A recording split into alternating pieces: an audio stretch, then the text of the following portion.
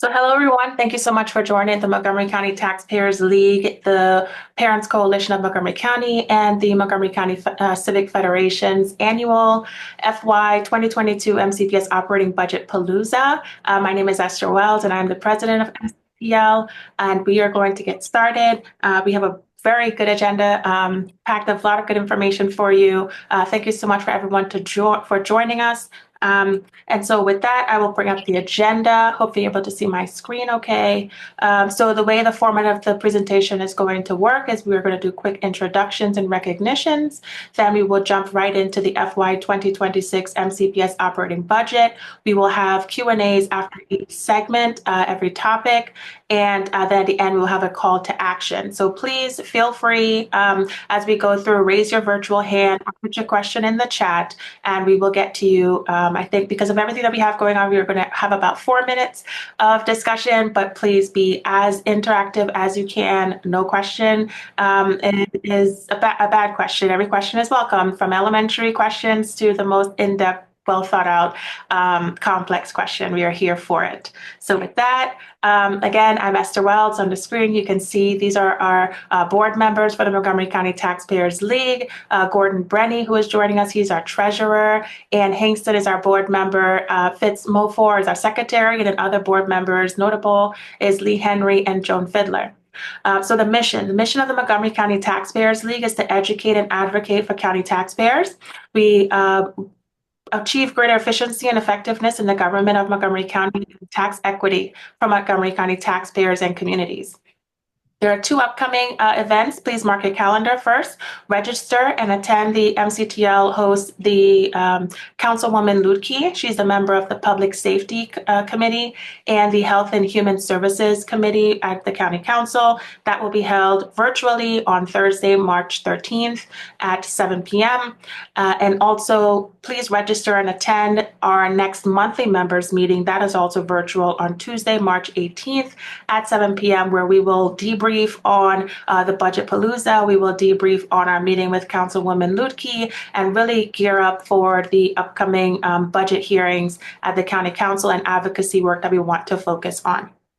So with that, I will turn it over to the Parents Coalition for introduction. Hi, Janice Sartucci with the Parents Coalition. Our the statement of who we are is on the screen before you. We've been around since 2002. I haven't been around with them that long, but we are attempting to shine a little light on the school system and track the budget. And that's what we've been doing for over 20 years. And so we're here tonight to contribute a little bit to the discussion. Thanks for being here. Awesome. Thanks, Janice. And then over to the Montgomery County Civic Federation. Thanks. I'm in and out, so I won't lose it. I just want to say welcome to everybody. The Civic Fed was founded in 1925, and so we're celebrating our big celebration in May, and you're all invited.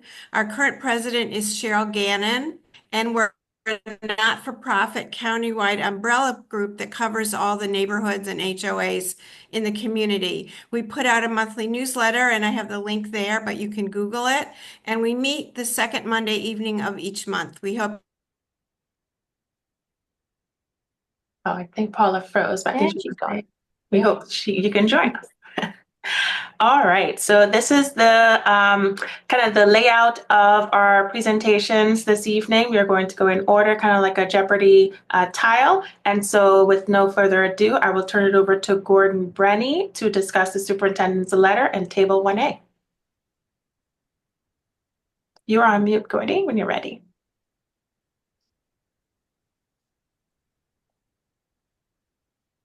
Gordy, you're on mute.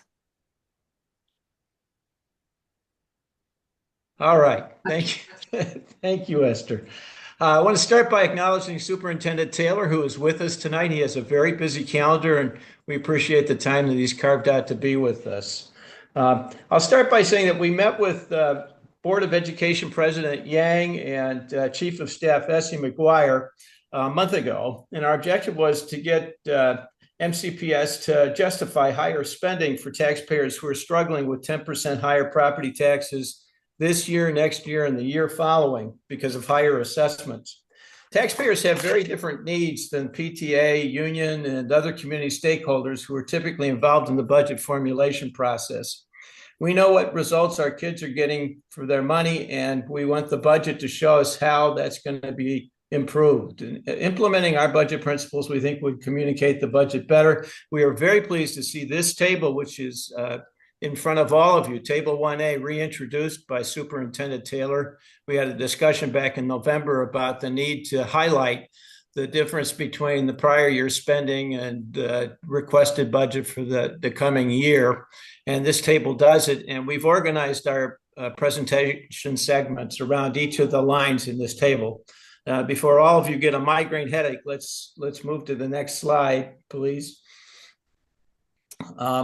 So turning to the superintendent's letter, we agree that MCPS has many challenges, as Superintendent Taylor notes in his letter. And we welcome the superintendent's fresh perspective.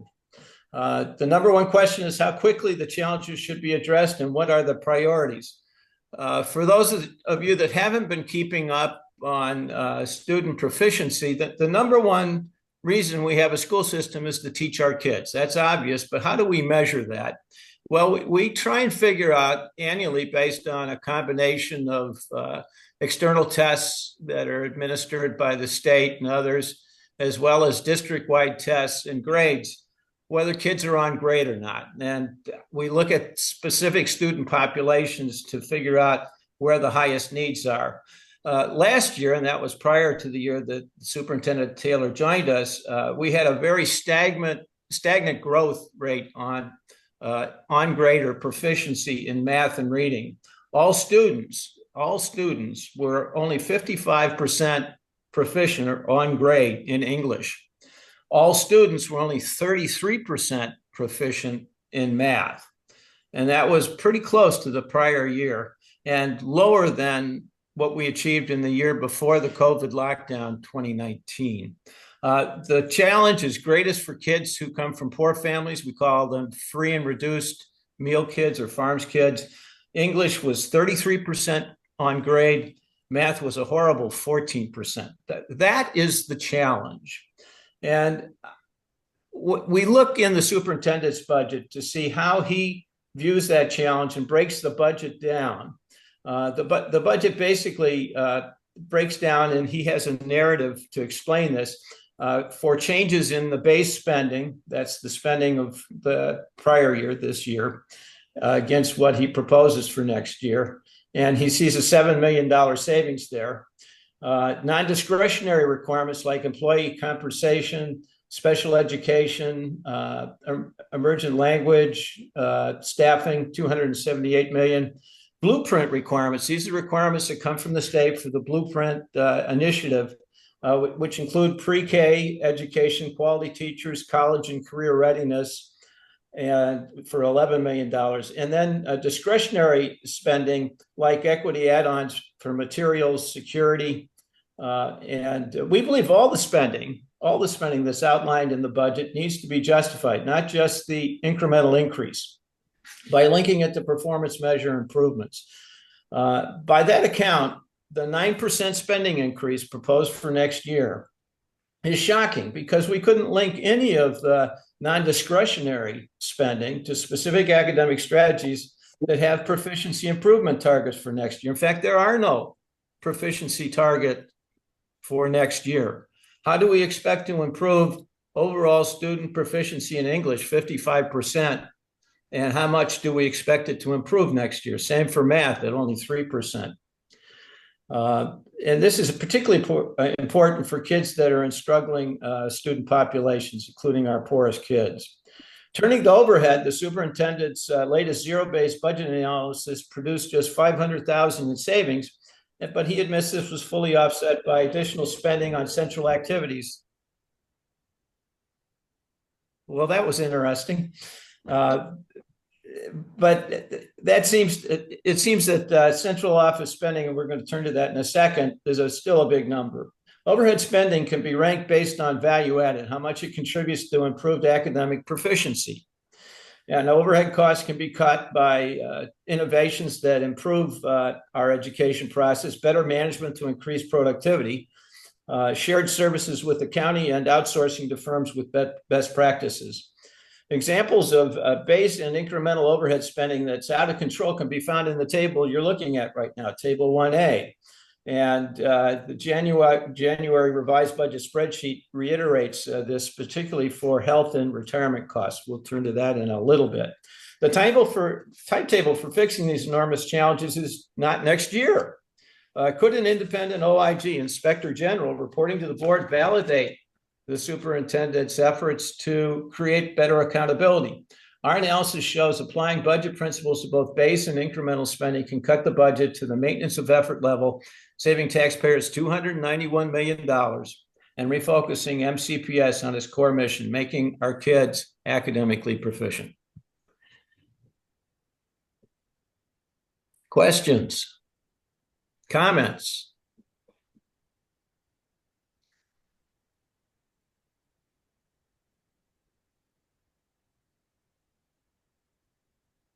Yes, Stacy, please go ahead. Oh, yeah, Esther, I just sent you a question in the chat to see if on those charts, can they be enlarged a tiny bit? They're really hard to read. Sorry, that's the largest we have them, but I could put it in the chat so that you can go to the live link. Would that work? Sure, thanks. Okay, perfect. Any comments or questions, anyone else before we proceed? Okay, seeing none, we are going to move on to the next segment, which is you, Jerry. You're up to go over the tables 1 through 7. Good evening. I'm Jerry Garson, an officer of the Montgomery County Civic Federation, Inc., and a CPA. I am speaking on the fiscal year 2026 Montgomery County Public Schools operating budget for the fiscal school year starting on July 1 and ending on June 30th, 2026. I hope you've all read the entire 169 pages of the budget. This document was released on December 18th, 2024, and does not reflect any changes that are related to the actions of the federal government that are currently occurring or will occur in the near future. The proposed budget for the Montgomery County Public Schools for the next year is $3,618,481,131, an increase of 8.9% from the current year school budget. According to the school superintendent, 89% of the operating budget supports salaries, wages, and benefits of the staff. Table 1, page I, if you read it in the budget thing, which is available online, which shows a summary of resource by type of expenditure. MCPS proposes adding 267 professionals, mostly teachers, and 611 supporting staff for the upcoming school year. The major increases are shown for other non-position salaries, which in fiscal year 2024 were $13,254,000 and are increasing to $130,859,000, an increase of $101,373,000 from the current year expenditures of only $23,485,000. We do not understand why other salaries, the other salaries, other non-position salaries going in the 2025 current year from 18 million all the way up to in fiscal year 2026 of $124,118,868, or an increase of $106,117,304. We then go to table 2, which is page V in the budget system and report.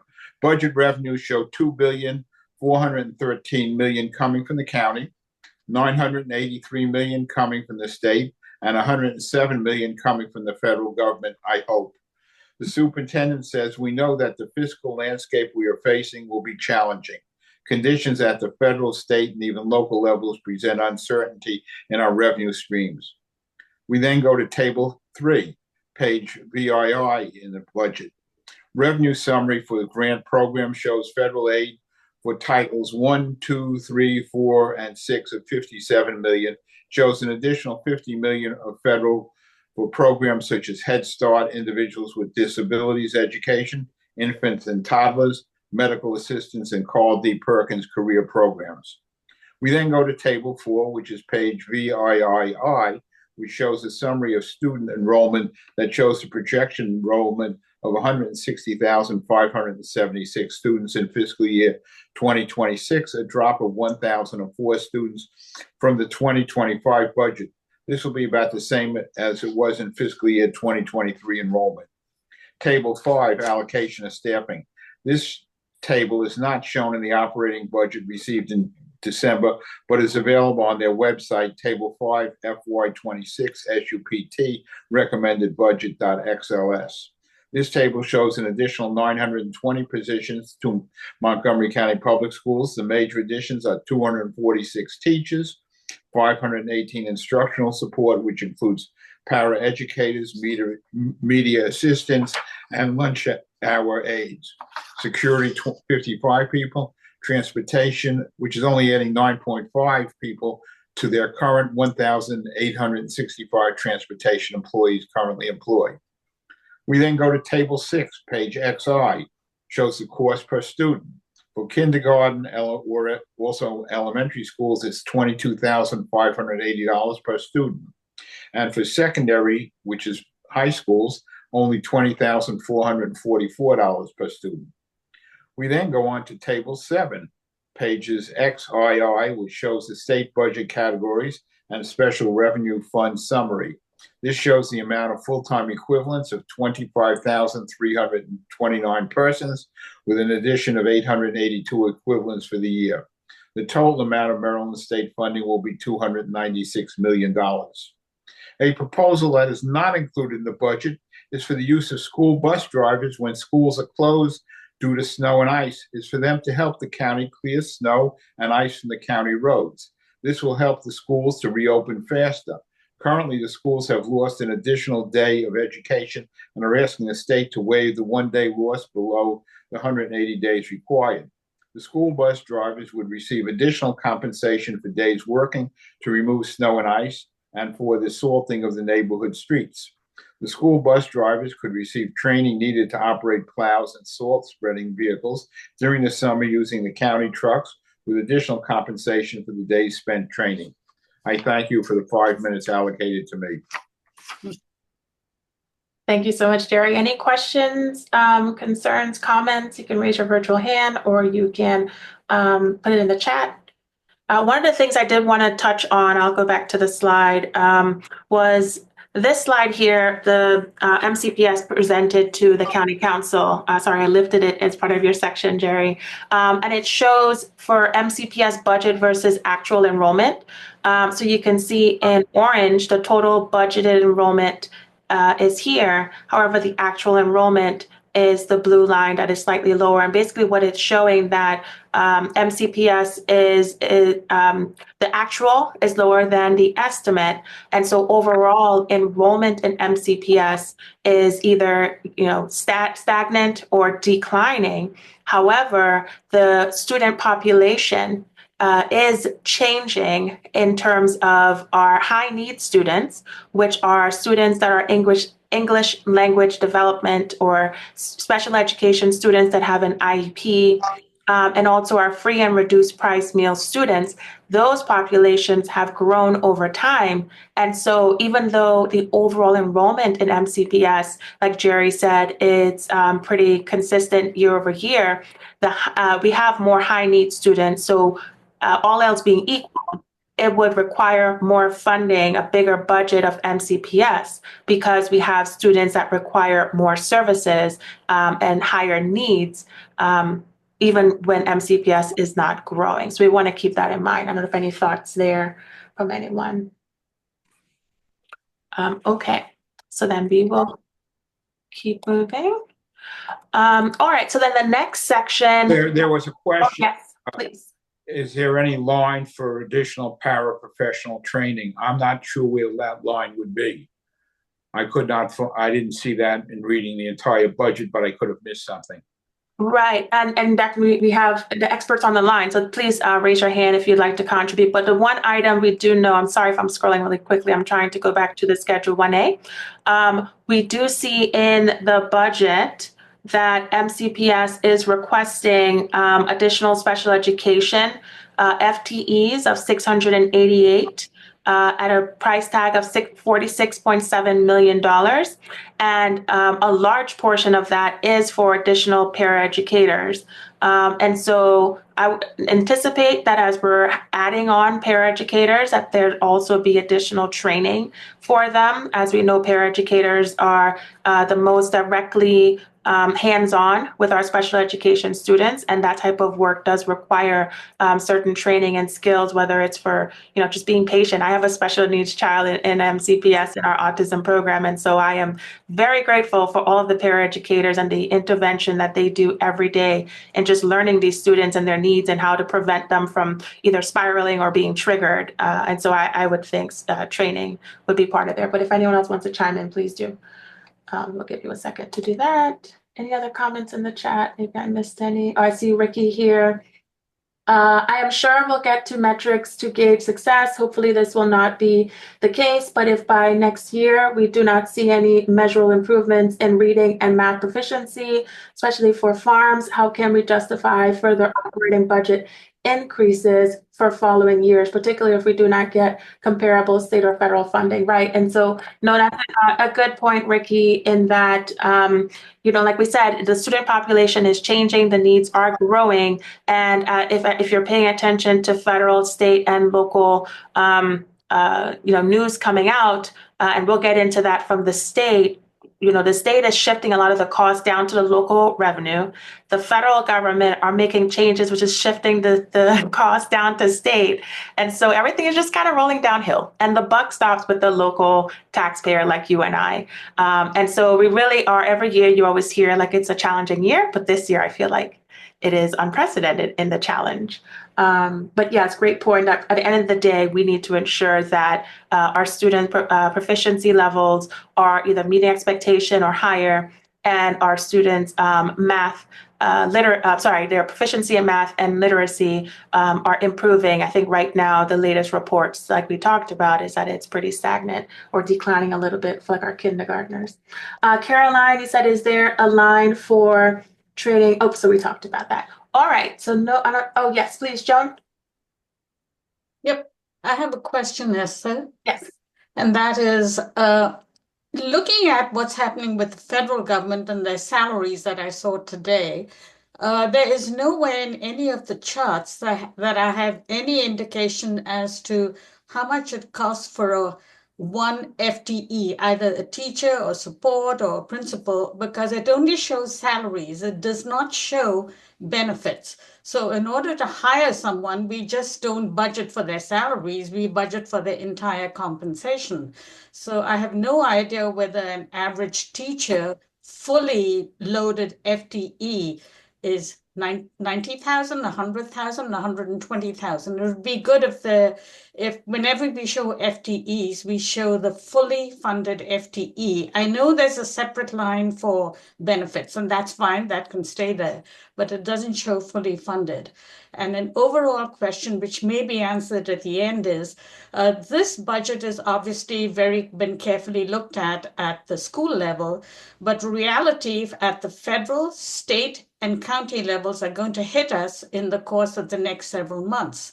So I'm assuming that the school system and superintendent and the Board of Education have contingency plans, because the funding is not finite. In fact, it is very much in a situation right now where we don't know what's going to happen. And education is not the only major need that we have in the county. We have housing issues, we have public safety issues, we have health issues, and all those programs are going to be cut. So I'm hoping that there is some kind of plan B, which I don't expect the school system to show us right now, but I'm hoping that they do have one. That's all I have to say. Thank you. No, great points, Joan. And as we know, like each year, MCPS does request funding above maintenance of effort, which is the level that taxpayers are required to fund MCPS. And each year, county taxpayers have been very generous in funding MCPS above maintenance of effort. And so I do agree with you that, but then also usually we don't give them 100% of what they ask. And so every year, after the county council does their final deliberations and approval, then it always goes back to the Board of Education and they make their final cut. So I don't see this year being any different in terms of, at the end of the day, they will work within the funding that they receive. And so, the superintendent has done what his role is in that asking for what he needs to be successful for the year, because the funding portion is not his responsibility. That's the county council's responsibility. His responsibility is to ask for what he needs. And so that reconciliation definitely will come into play. And then going back to your original question, I do agree that it would be not a mandatory request for the budget, but definitely heavily, highly requested to show exactly like you're saying. We would like to see not just the salary for the employee in this chapter and the benefits in this chapter, because that's what the state requires of MCPS, is to show the various categories. But it would be good for taxpayers to see all in, how much are we paying for an instructional educator? Because we always hear from the unions that, we're not paying our teachers enough. However, it's hard for taxpayers to see holistically, well, how much are we paying you, not just in compensation, but in health benefits, retirement, pensions, like all of these other things all in, how much are we paying you guys, to really get a better perspective, because, depending on who you speak with, and definitely the stakeholder, some people think it's just enough, but some people think it's not enough, some people think it's too much. So, but I agree with you. We need to have a better perspective of all in, how much am I paying these positions? So let me let people in. I don't see anything else in the chat. With reduced funding and the recent federal layoffs, including contractors, what items can be reduced, eliminated so that the budget is affordable? Yeah, that's a great question. So as we covered in the budget, and great question, so definitely keep them coming in. As we saw with the Schedule 1A, right? So we have the non-discretionary items, which is what MCPS must do. And then you have the discretionary items, which are the things that we'd like to do. And so for me, I would think the initial cut, if it's up to 13 million, that it would maybe start here or include here, I should say, in the discretionary, the like to do items. And then within the Schedule 1A as well, incrementally, we can see, for example, special education, 688 positions, 47 for EML. And so there are other things in here that, even though it's a need to meet the required ratios of staffing, that potentially there would be cuts throughout, but I don't want to speculate. Definitely, I'm not the one making the decision, but I just feel like, at the end of the day, superintendent and the Board of Education members will have to work with what they are allocated from the county council. But we're just getting perspective. The discretionary items are the like to do, and the non-discretionary items are the must do. Hopefully that answered your question. Is there a line for training? Okay, so then let's keep going here. You guys are asking great questions, so I appreciate all of the conversations. Okay, so then the next item, we are going to go to other revenue sources, and that is my section. So let me pull that up and we will continue on with our discussion. So as Gordy mentioned at the beginning of the presentation, MCPS is not a funding body. MCPS is a state, basically a state administration, the state delegates, the state senate, Maryland State General Assembly, MCPS, and all other LEAs are an extension of that. However, the schools are funded by our county council partners. So our county council, they are elected officials. Our MCPS has their elected officials, which are our Board of Education members. And the role that the county council plays is just funding MCPS. They do not have authority over MCPS. They are the funding partners. And so what we can see here are the various sources of MCPS. So just to get your bearings here, so FY 2025 current budget, this is the year that we're in. Maryland is a fiscal year end 6/30. And so FY 2025 says this budget year ends on June 30th, 2025, which is where we're in right now. So right now, MCPS's budget is $3.3 billion. In December, the superintendent recommended for the next school year, FY 2026, recommended $3.6 billion in total.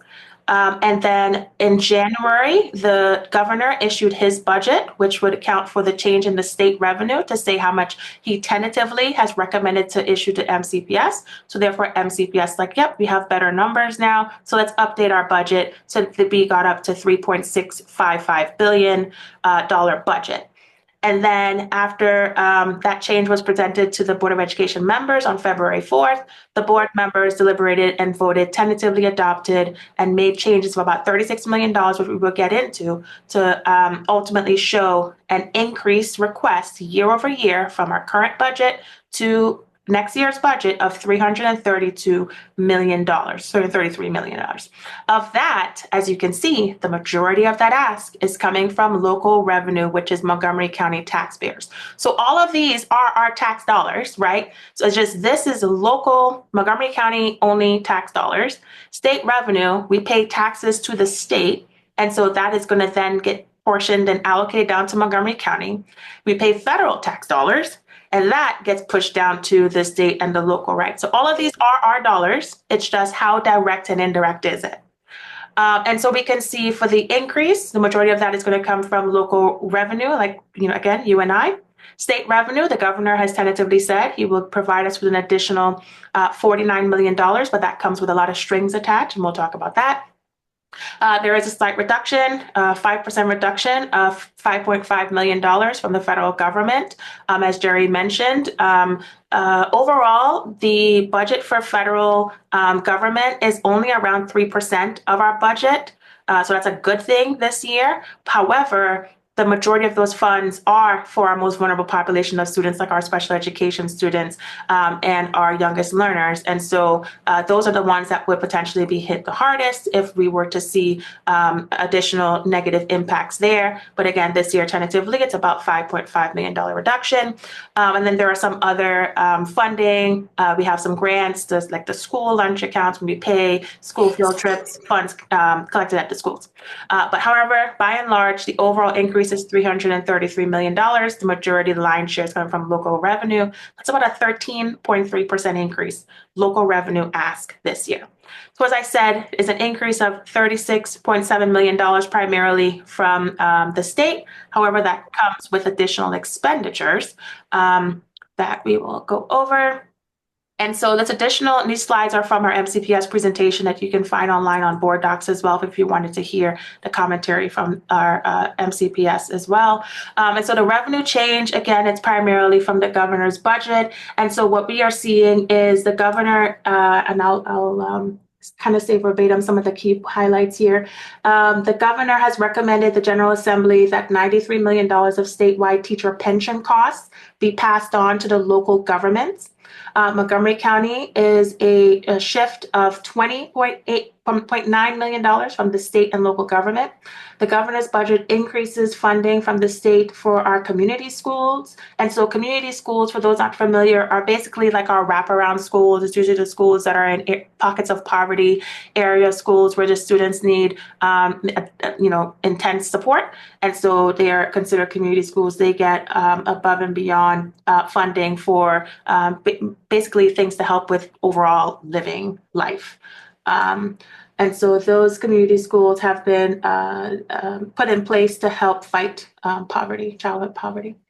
And then we have MCPS will fund approximately $8.6 million more for the local budget for community schools. And so there's a cost sharing there. So as the governor requires more community schools to exist in Montgomery County, there is a portion that must come from the local taxpayers as well to share. And so that's what we're seeing here as the incremental increase of the funds. So we didn't just get an additional, $46 million. It also came with additional cost shifting down to our schools. So the net, I believe, was like $6 million only increase year over year. So that was disappointing to see that the governor more and more each year is pushing a lot more of the cost down to Montgomery County and basically thinking that, Montgomery County is more affluent and is better able to deal with the less funding and is more resilient and what have you. But I personally don't believe that is the right approach. And so some of the advocacy that we will discuss at the end of the meeting is to ensure that we're reaching out to our state delegation. Again, these are people that we have voted in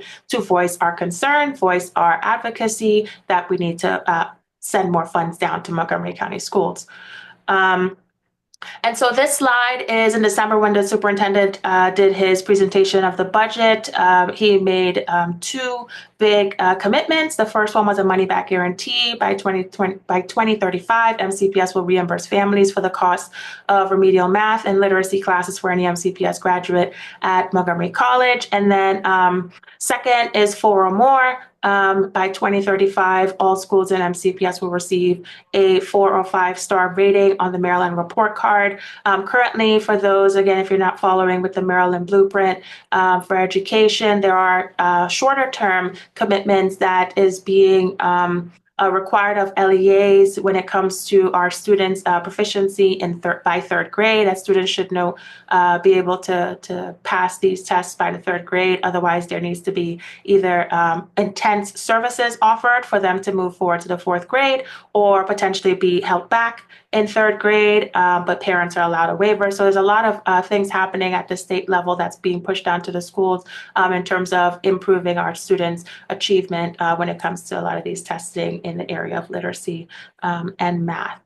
And so, like I talked about, 13% more this year. What is the likelihood of there being a property tax rate hike coming out of the county executive's proposed budget, which will happen later on next month? And so just as a recap, in 2024, I believe, the county executive recommended a 10% property tax rate increase to fund our schools, which ultimately the council approved at 4.7%. And then since then, we have all received, hopefully by now, our reassessments in those blue envelopes for our property tax, property assessment, right? So property tax revenue coming to the government is based on two levers. One is the property tax rate, and one is your home property assessment value. So each year, there's kind of that lever, you pull one, not two at the same time.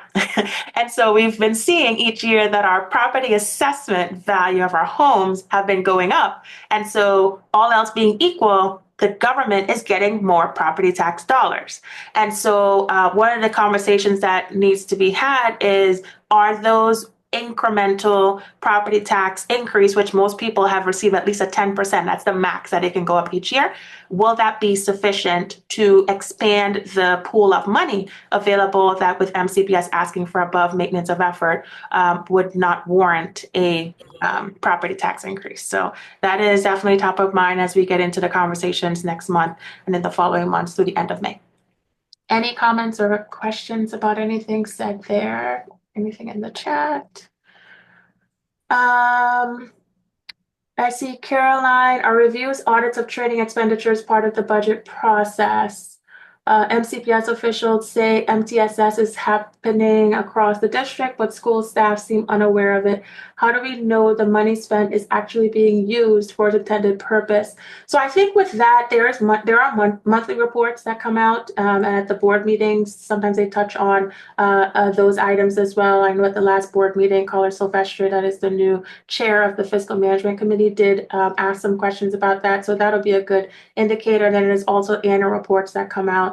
But you can always tap into us at the Taxpayers League, and we're happy to help you get your bearings. And if we both have questions, we can go to the CFO at Montgomery County Public Schools, which is Ms. Alfonso Windsor, who I believe is on the call, and her staff team can always help us as well. For the 2035 return on investment, this would be our current second graders that will have to demonstrate improvement. I understand, Ricky. Is there a line item for gifted education? I don't know if it's a separate line item, but I do know that they have been part of the conversation. You're talking about like the twice exceptional students that are part of like the gifted and talented magnet programs. If there's additional resources being allocated to them, Jennifer, let me know if that's along the lines of what you're saying. Hannah said, hi all, just wanted to note that Councilmember Evan Glass has written multiple times about the need for greater transparency in the budget process. Yes, I have seen those conversations. He has been a huge champion ever since, I think it was definitely last year at latest.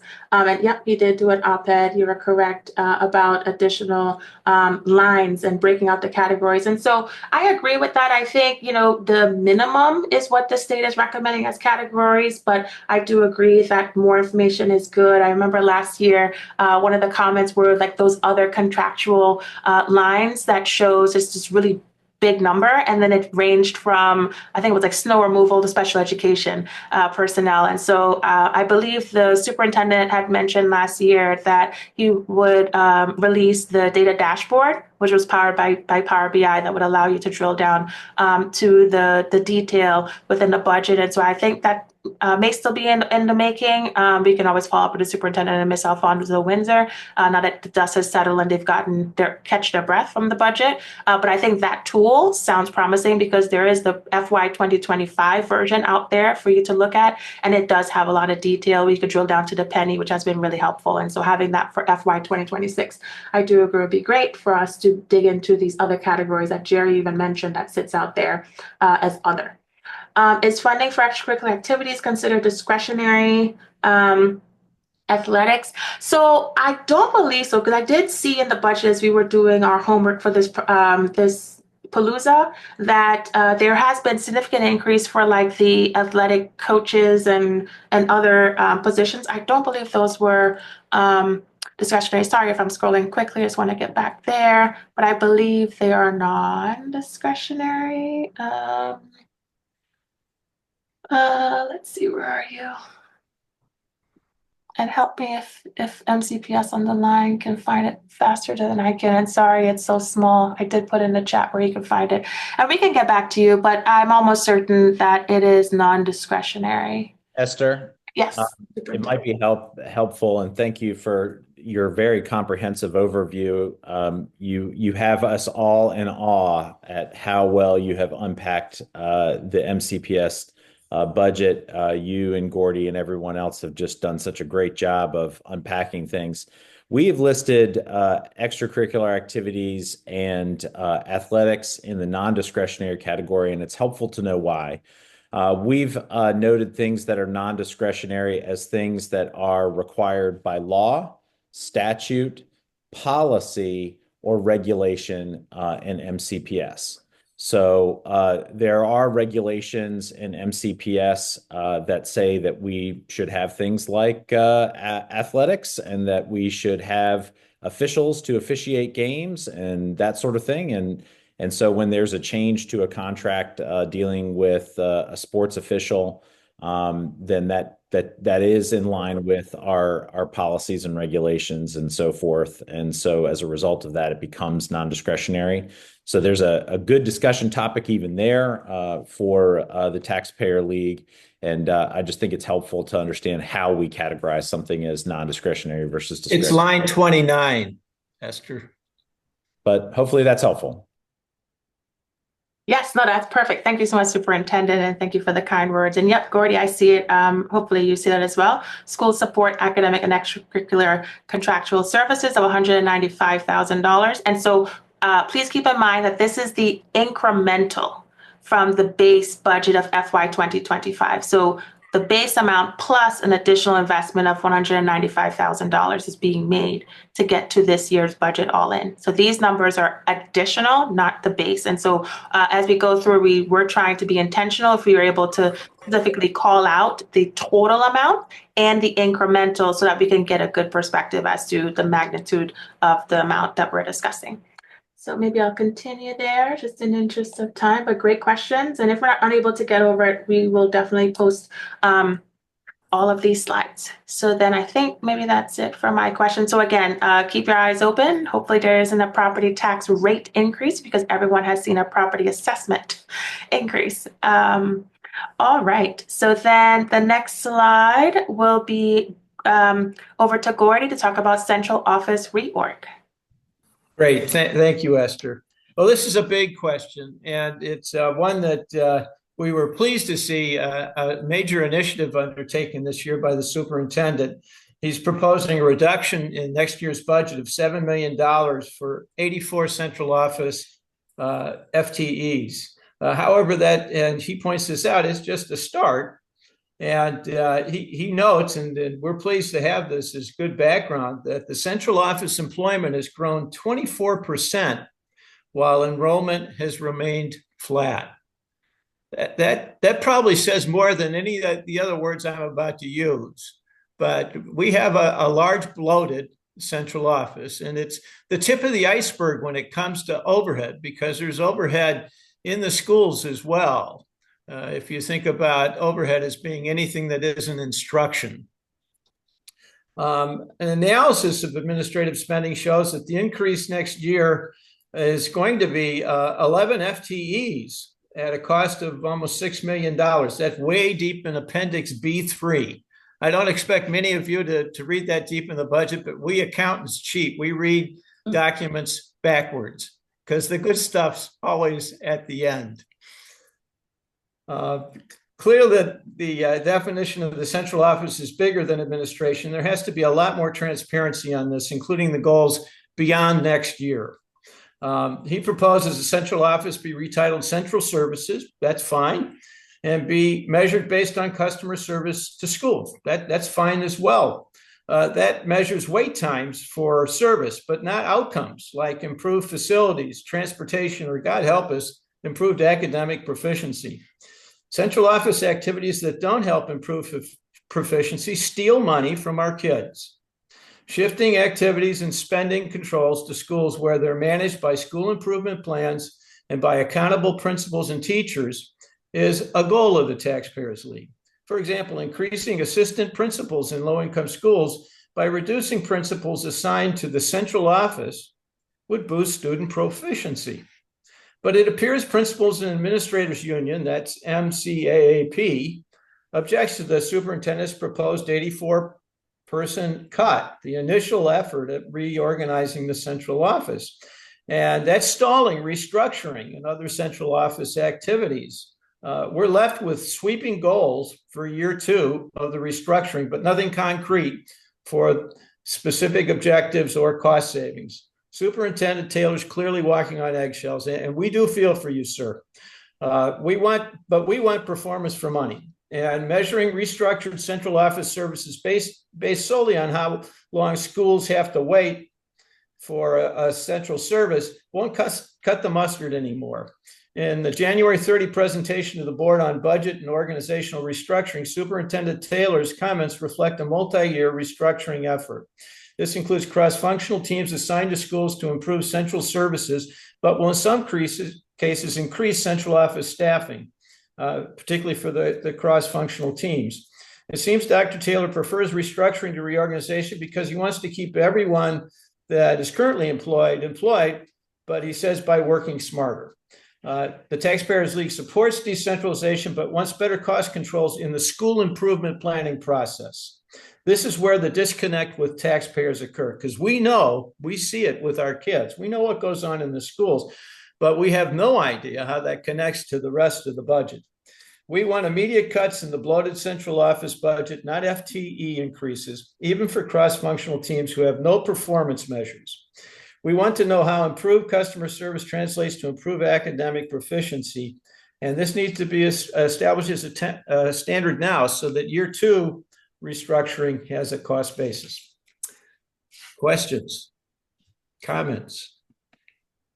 Thank you so much, Gordy. And I just want to make a few more acknowledgments. Thank you to Hannah from the Council Member Glass office for joining us and your contributions in the chat. That is very timely. And also our board president, Julie Yang. Thank you so much for joining us. And then also we have Councilwoman Balcom's Chief of Staff, Wit Wafa, if I'm saying your name correctly. Thank you so much for joining us. In the chat, let's see here. Could the expenses for athletics? Okay, so I don't see any new questions in the chat, and I do not see any hands raised. So we will move forward to our next segment, which is the restoration of salary lapse and turnover expense. So continue with you, Gordy. All right, this is what I call short and sweet.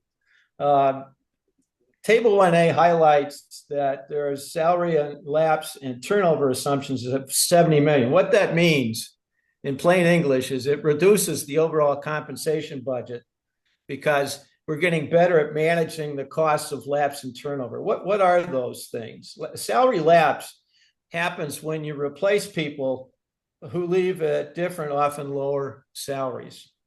And the replacement comes into the lower salary. Turnover occurs because it takes time to replace people who leave. And we like this line. This is probably the only detailed reference in the entire budget to internal controls, and specifically an internal control improvement. And we thank you. It's delivering the bacon. Thank you. Awesome. Thank you so much, Gordy. And anyone have any questions or comments, thoughts on that item before we move forward? Seeing none, we will keep rolling here. Okay, so then the next slide we have Gordy, you will be talking about the compensation union contracts. Okay, this is, as all of you know, compensation is about 90% or thereabouts of the overall budgets. This is a biggie.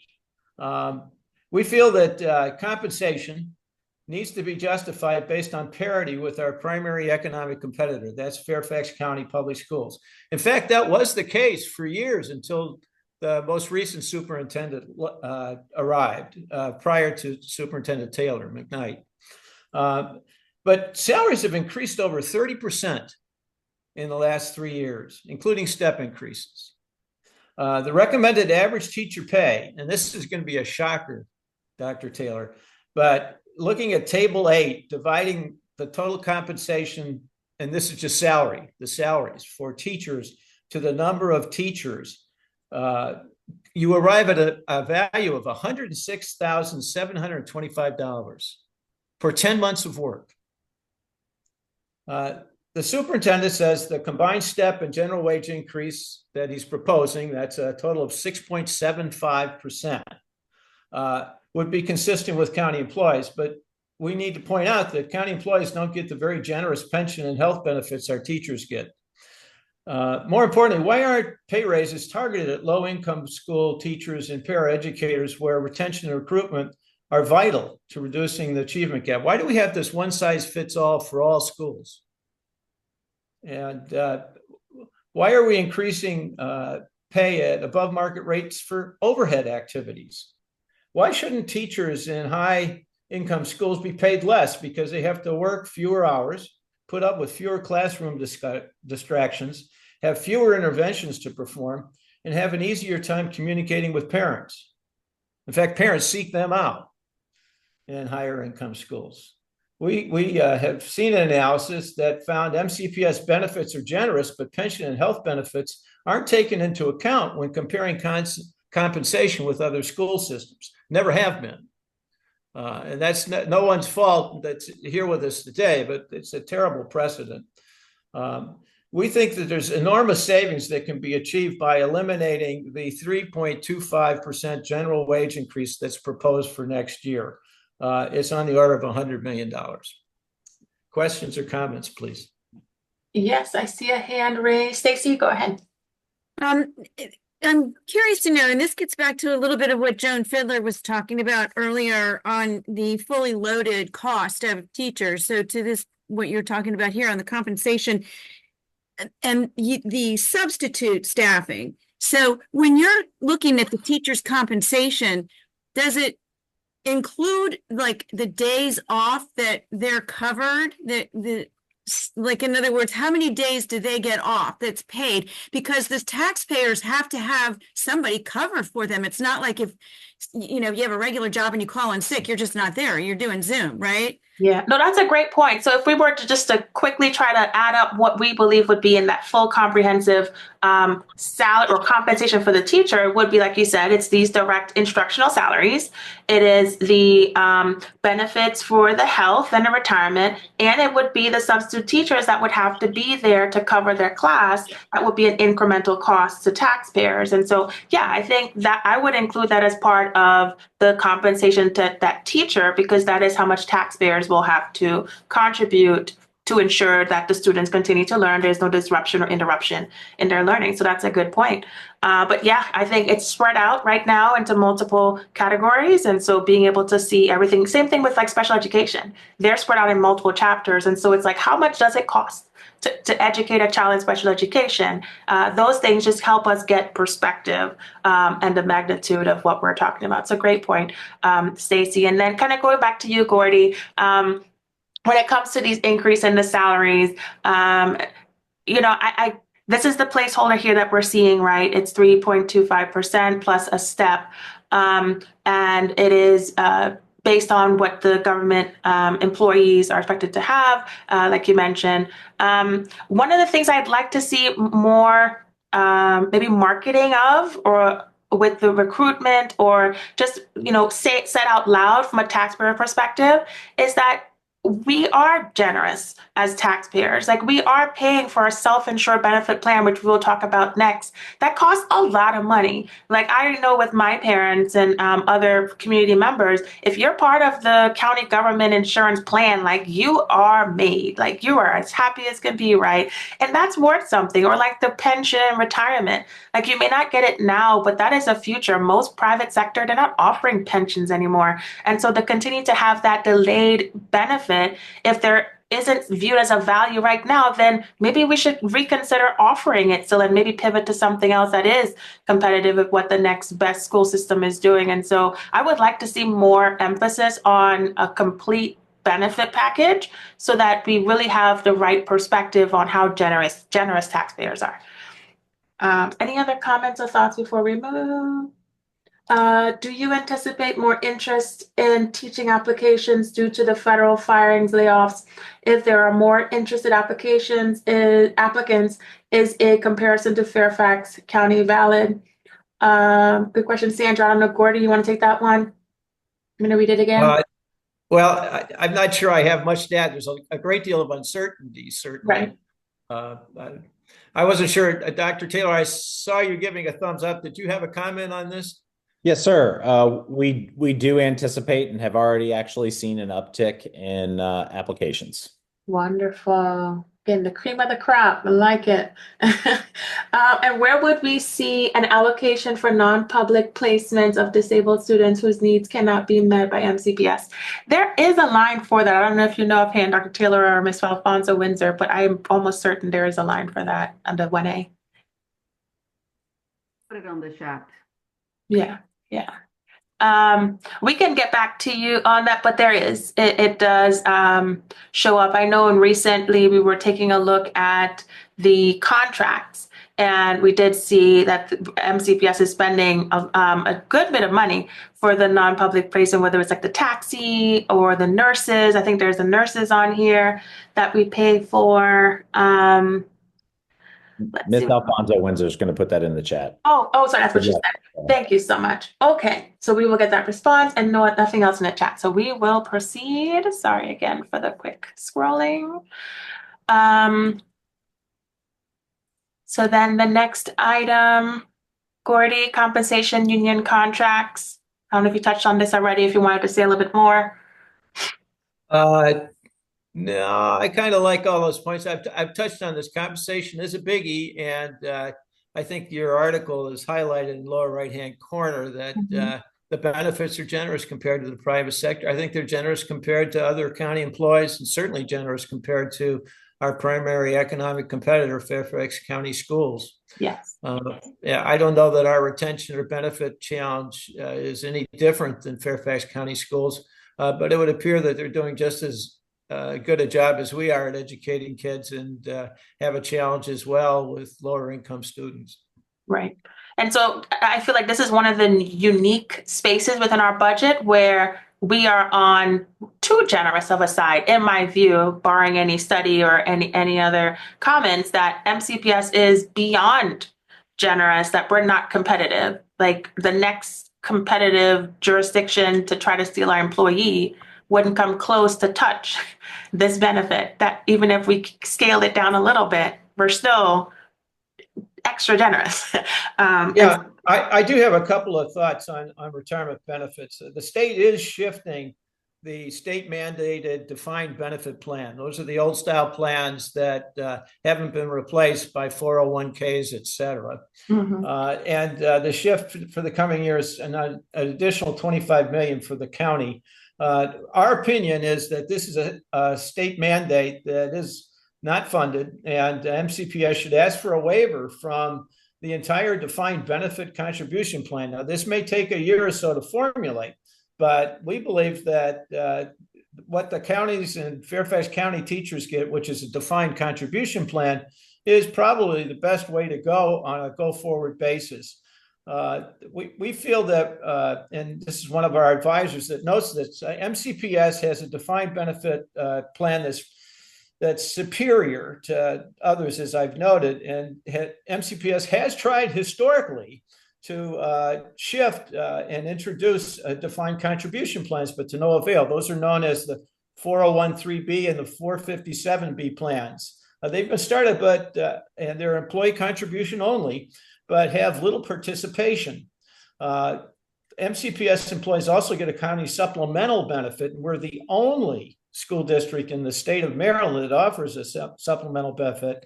And the employee contribution for this wonderful pension plan is just 7.5% of their gross pay. That's all I have. Awesome. Thank you for that. So then next, any comments or questions in the chat? Anyone has any, you can raise your hand or put it in the chat. Give you 2 more seconds. If not, we will move forward. Okay, awesome. We are rolling. All right. So then the next item would be the state unfunded mandates. Gordy, is that correct? It's not health. Oh, I'm sorry. Then maybe I moved forward. So I will go back to your health. Here. Okay. Yep. Your health benefit plan. 40 million. The 40 million increase will be needed next year and 60 million more the year after. That's fiscal 27 because of rising costs. The base spending, though, is enormous, and that's not disclosed. We're spending $400 million a year for this Cadillac health plan. But this isn't disclosed in the budget, nor is the actuary analysis that justifies it. This is where a great deal of transparency is needed.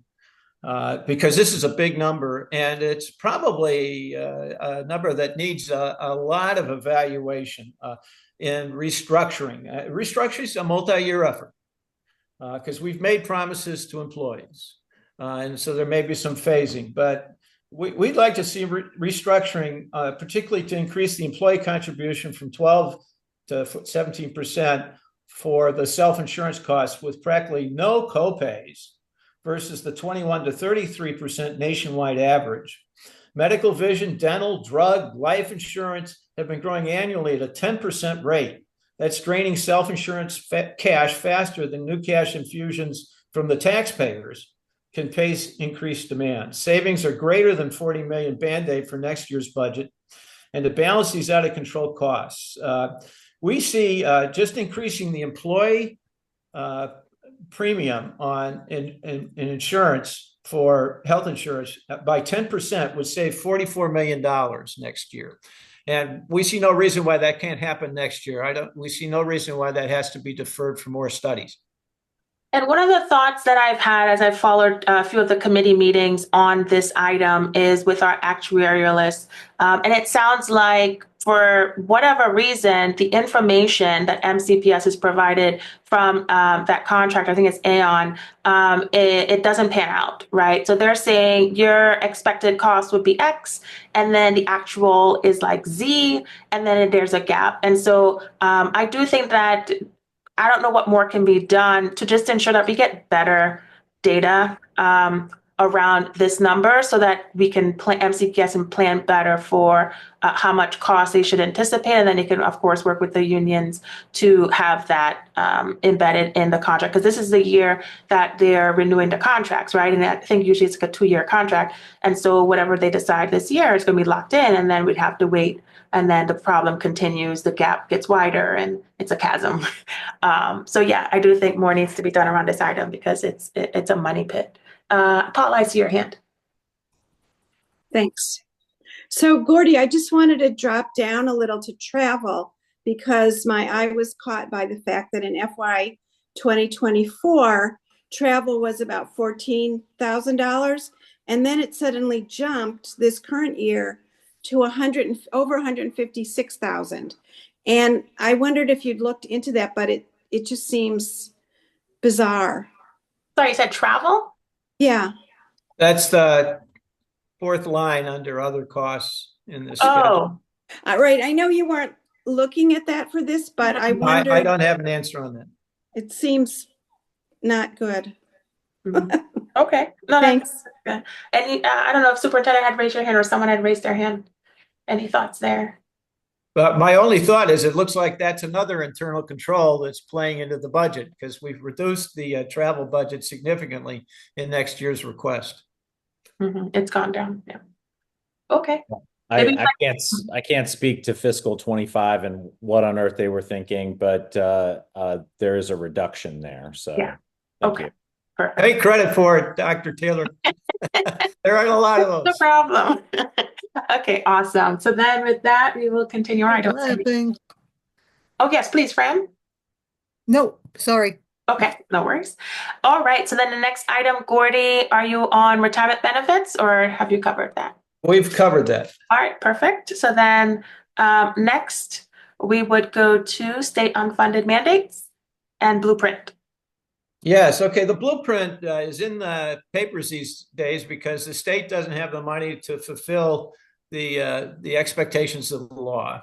And unfunded mandates, we feel in general, should be avoided, if not eliminated, and because they don't improve academic performance. If they did, they wouldn't be mandated. They would be things that the school system would do on its own. Pre-K is something that we had long before the state blueprint. High quality educators, that's always been a goal, although nobody can agree on what a high quality educator is. College and career readiness, that's been a performance goal in the MCPS strategic plan for a decade or more. And that shows an increased cost, those three things alone, of $11 million in the blueprint. How much of this spending increases proficiency next year? We don't know. Nobody's offered an answer to that question in the budget. We know that pre-K had a bunch of empty seats last year, if you look at table 4, in part because parents prefer local private providers who are more convenient to their neighborhoods. And those providers are being undermined by this program. We'd like to see structure and documentation of the savings that are expected from these unfunded mandates and performance improvements, seeking waivers where they don't improve performance. The state's defined benefit pension plan, the 40% planning requirement, which has been discussed, electric buses. The list is endless. The state keeps cramming down its bright ideas and new tricks without any linkage to performance. Taxpayers agree with Dr. Taylor that local school districts should exercise discretion on mandates based on what adds value. A planning time, for example, this idea of a 40% planning time would reduce the productivity of teachers to the point where we'd need 25% more teachers just to stay even on the number of teachers we have. This benefit should be costed in total compensation. It's part of the teacher's job description to do planning. These are salaried employees. They are not wage employees. MCPS just renegotiated its electric bus contract for a fleet of 285 electric buses out of a total fleet of 1,600 buses.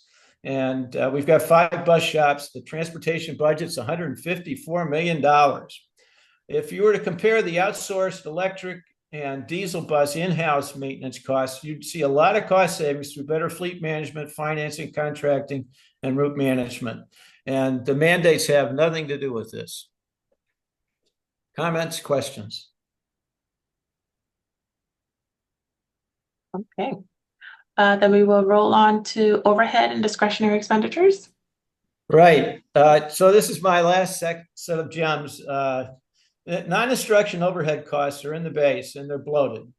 We've done an analysis that shows that the non-instruction costs are 45% of the MCPS budget versus just 37% in Fairfax Public Schools. The new budget objective is to increase spending for overhead activities, however. We hope for those that add the most value, that is, increase academic proficiency the most, and to minimize or eliminate those that don't. And this includes low value added activities buried in the base, as well as overhead activities that may require increased spending. When you think about it, there should be no overhead spending that can be justified in spending above the maintenance of effort level. because they're unfunded academic strategies, and those come first. For example, increased security spending that can't be justified based on improved academic performance. The new 52 security guards of $3 million should be paid for by swapping out low value-added overhead that's already in the base. In other words, cut other overhead spending that perhaps has a lower contribution to our students' welfare and performance. MCTL, the Taxpayers League, has a problem with maintenance of effort spending in general because it's not tied to performance. It removes management incentives to cut or improve the value of overhead spending, which grows every year. And worse, the budget process just focuses on increases to the prior year's spending. The instruction and overhead spending base is not adequately challenged. When the unions and the PTA say they want a budget request to be fully funded, they unwittingly are saying we want overhead increases. We want waste and abuse to be fully funded. We see huge potential savings here, and we're hoping, Dr. Taylor, that you'll consider this group to be part of a task force that you can put together to get community input on how to reduce overhead spending. Just a suggestion to you, sir. I know that you've got a number of able cost accountants in your finance staff, but we bring a number of decades of looking at this, and we think that this is an area that is ripe for a fresh budget look next year. That's all I got. Yeah. And so one of the items I wanted to touch on right here for the 52 FTEs for school safety. Initially, a lot of the testimonies came in that would be for our elementary schools, which currently doesn't have that dedicated CEO, SRO type personnel. But then last night I attended the Kennedy High School community safety event where Chief of Safety at MCPS, Chief Jones, and Peter Moran from MCPS and other representatives came together.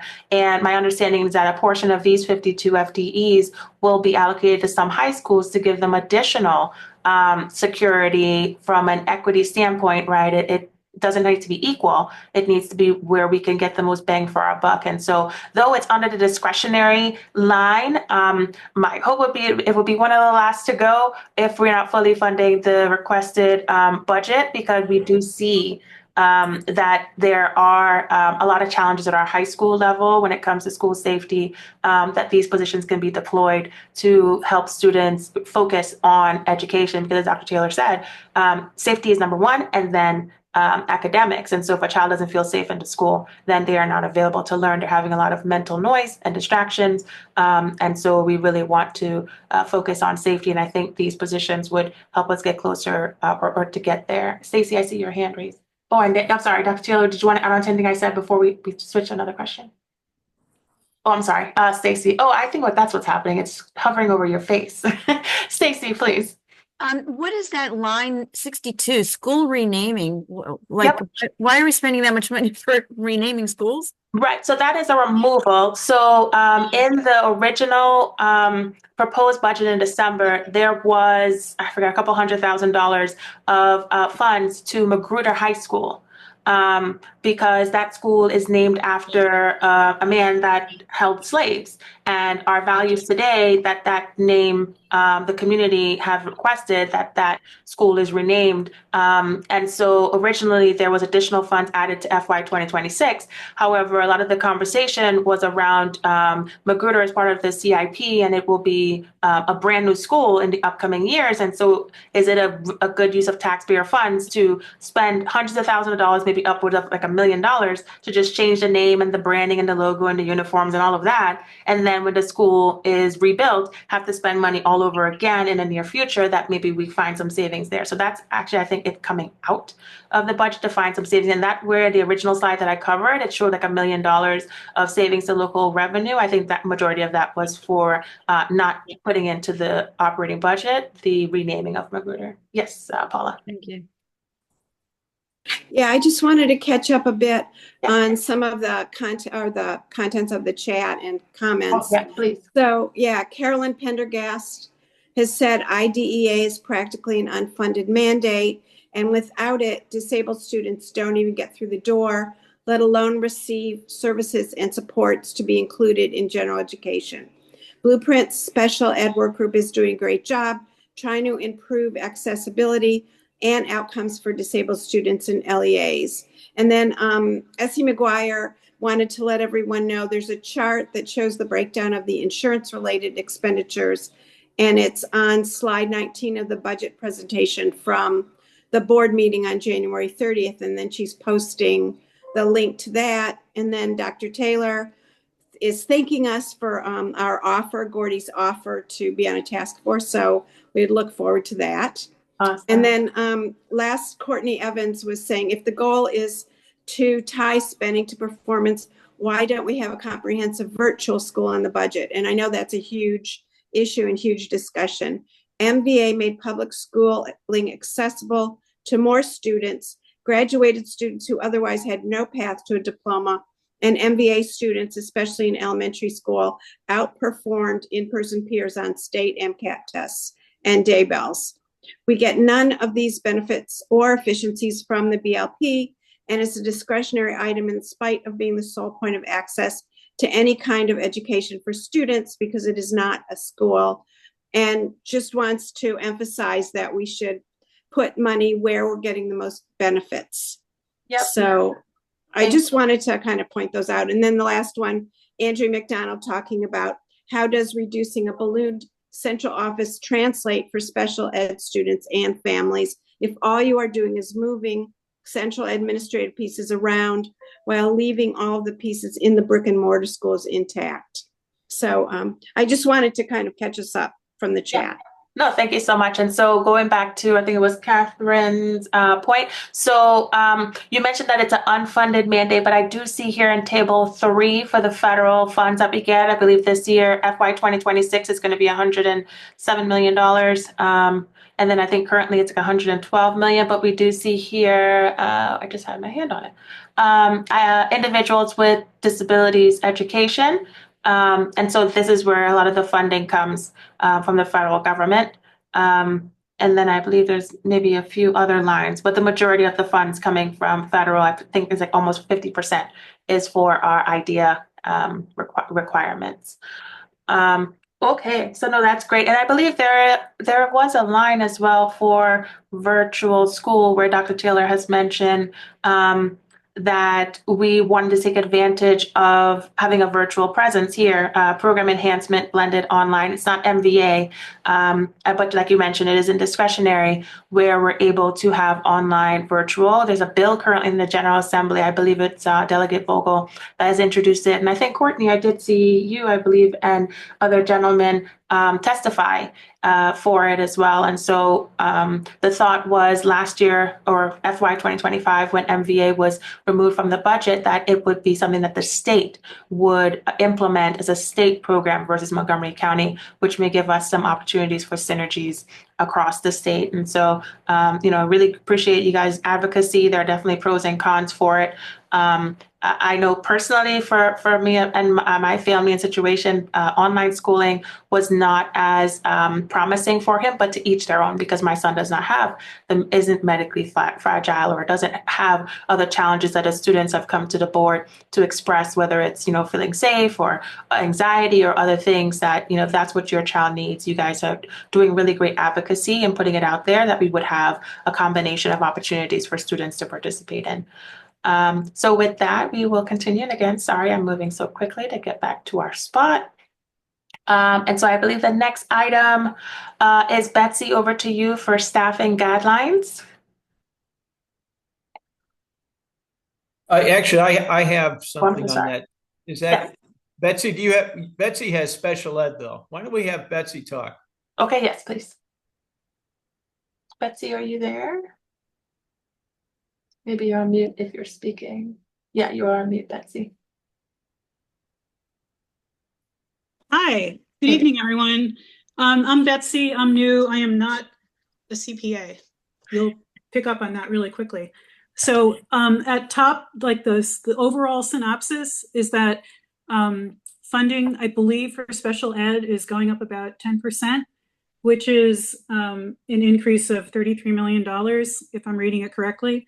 And that the staffing increase is going up by almost 700 positions.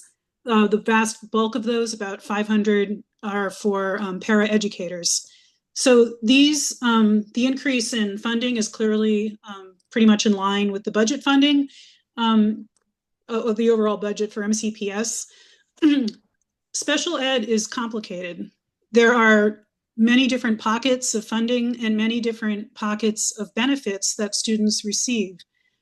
Students have individual needs for special education, and therefore some of it is delivered in schools that are dedicated to children with a broad array of benefits that they get, and other benefits through special ed are delivered in a general classroom setting.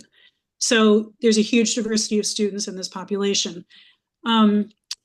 What I think the superintendent heard in his listening sessions was dissatisfaction with some accommodations. That's another word for the benefits that children who get special education services.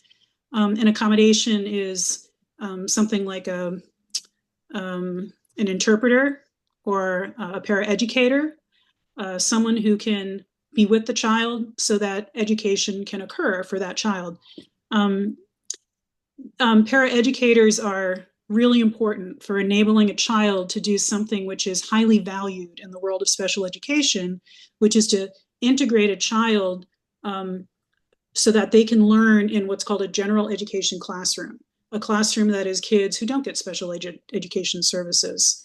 And in fact, the federal government likes it when schools can show that there's a high percentage of time that a child receiving special education services spends in a general education classroom. So I'm saying this so that people unfamiliar with it understand just how important it is to have a huge increase in the paraeducator workforce. So I believe, well, I don't have the percentage in front of me, but that is a very large increase in paraeducators. When you look at the array of special education programs Montgomery County offers, they are various, and some of them have almost no change in staffing and budgeting, and some of them have significant change.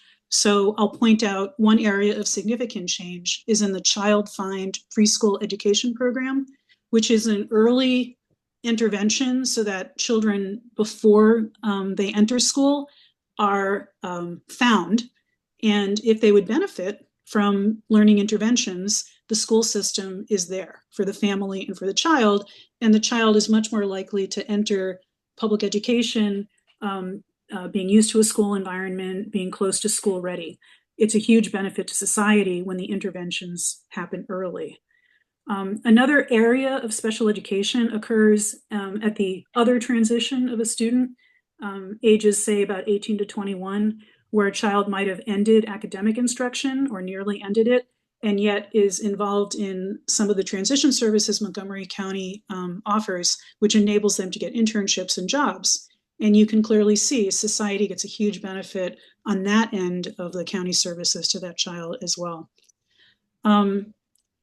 My child gets a 504 plan. My other child did. It's a basic classroom interventions. I will notice that one of the savings that is in the budget is everything for resource classrooms is zeroed out, and that money is now dedicated to teachers and paraeducators. My question, because I'm ignorant about this, is whether my child will no longer have a resource class and whether they will need to take an additional academic class. So as a naive approaching these two very long documents, complicated documents about funding and distribution of services that benefit such a diverse population of children, there's the December document and the January document. I will say I got a little confused. And yeah. So I want to make two little points at the end of my 5 minutes.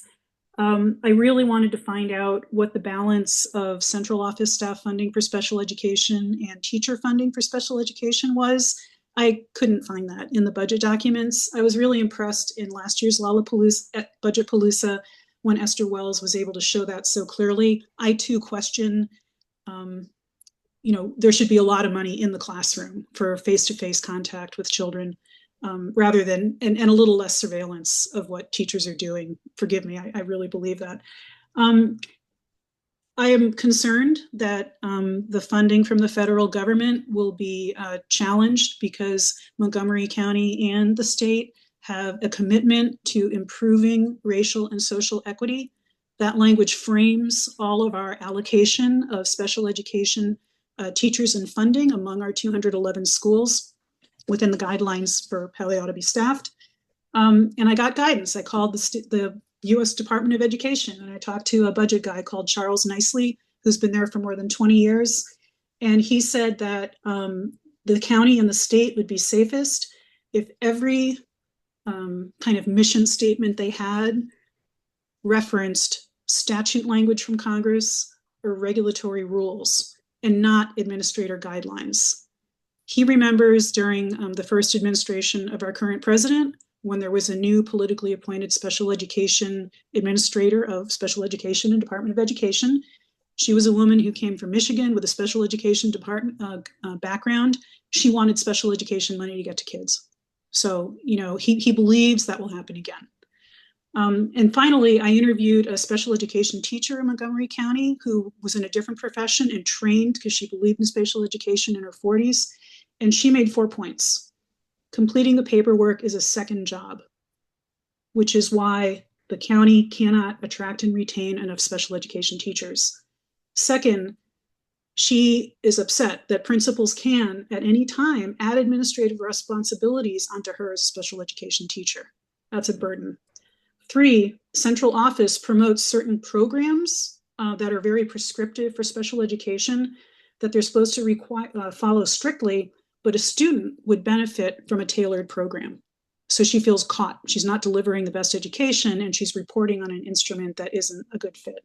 4, central office, she believes, is not interested in her classroom experiences with her job overall or with her delivery of services to individual students. So I'll answer your questions if I can, but I bet there are other people who are more knowledgeable about the special education budget who can answer them. No, you did an excellent job. Thank you so much, Betsy. And I see 2 hands raised. I'll start with Ms. Alfonso Windsor, and then we will go to Ms. McDonald. Thank you. And I just want to, I want to address a concern that was raised by Ms. Mendelson in terms of the resource positions, you know, under special education. They were not eliminated. It was just a technical change, a job code change. So that's why you see that line zero out. The positions were moved to teacher positions. Okay. Awesome. Thank you. And Ms. McDonald? You'd want to unmute? And maybe while there we go. Yep. Oh, good evening. I'm sorry. I really wanted to just get back to my question that I had posted in the chat because it's very near and dear to me as a who has all of their children in special education. I really just needed to get some clarification on that. When Dr. Taylor and the let's say the conglomerate has put together the budget and their proposal is to reduce the balloon central office, how does that translate for the children in the actual program? Because I hear them, it sounds to me as though they're operating off of the belief that the ills of special education are only at the central office level, but not in the physical schools. If we're moving everything around at the top and for years on, everything inside of the school building has gone the way it has gone, what then happens?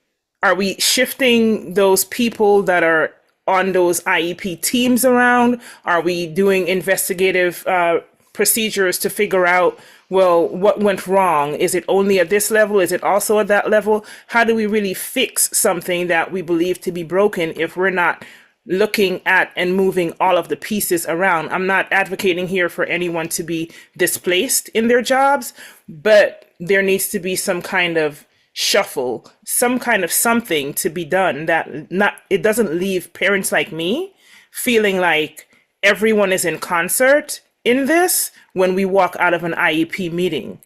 That's my concern. And it's something that has been echoed across the state, not just the county, in many different households in our special education community.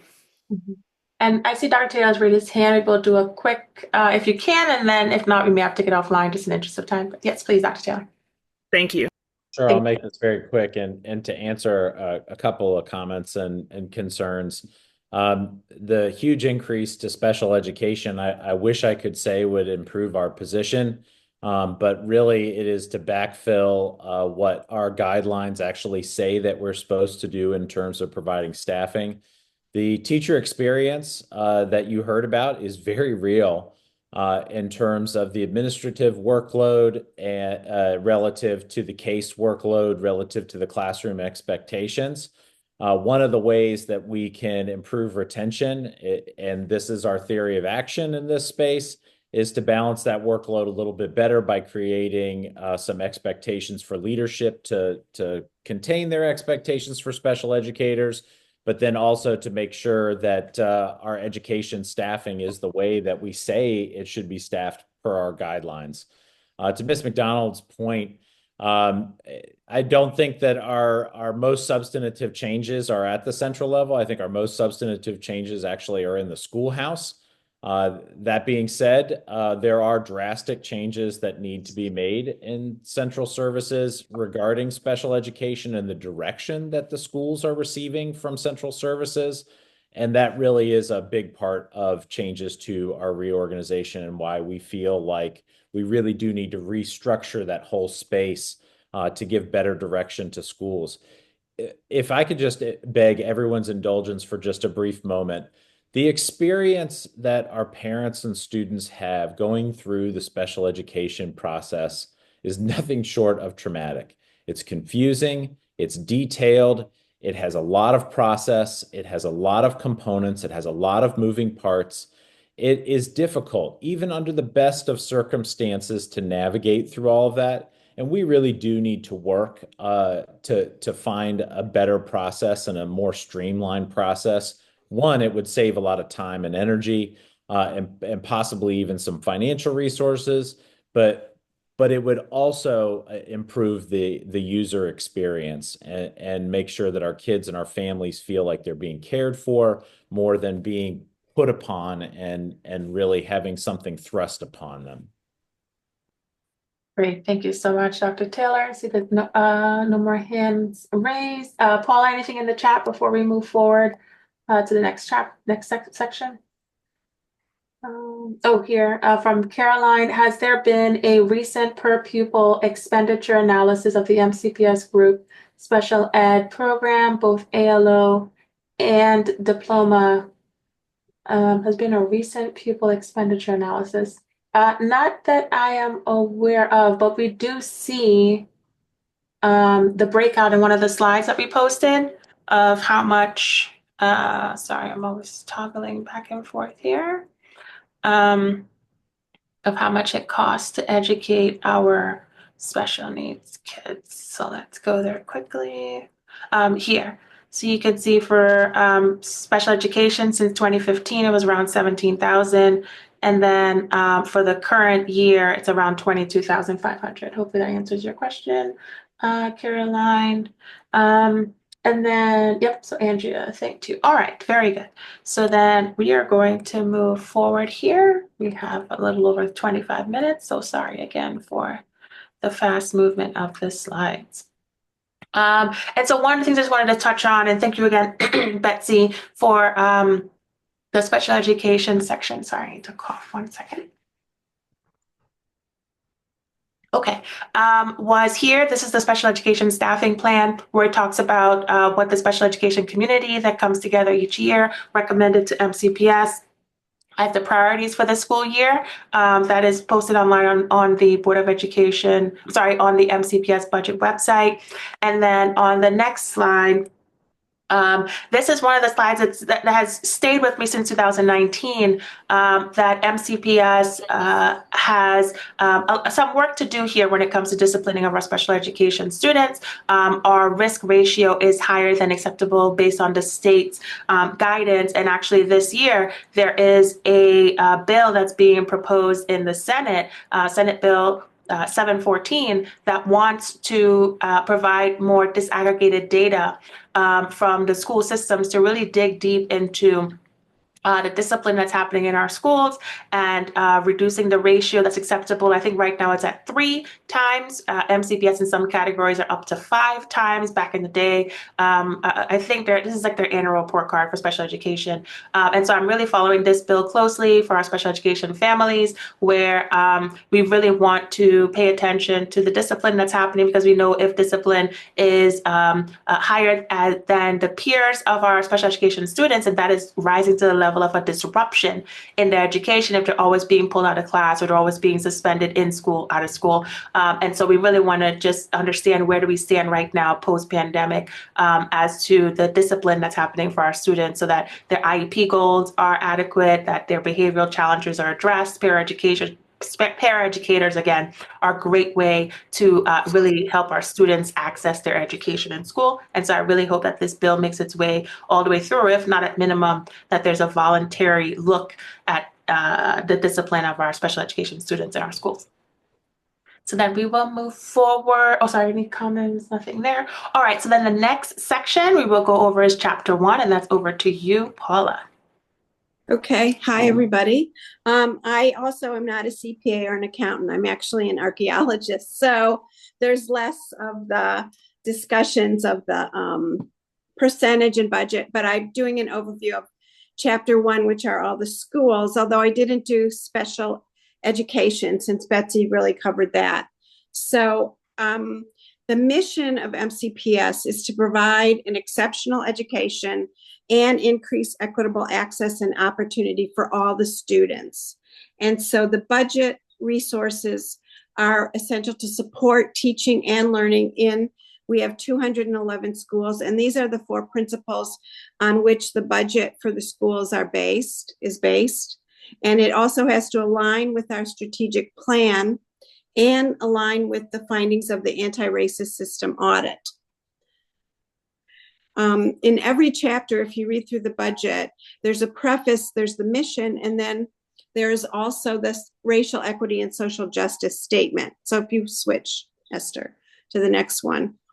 The resources, they are allocated for optimal use in the service of student outcomes to ensure equity and excellence. And this is the racial equity and social justice statement for the distribution of funds for all of our 211 schools.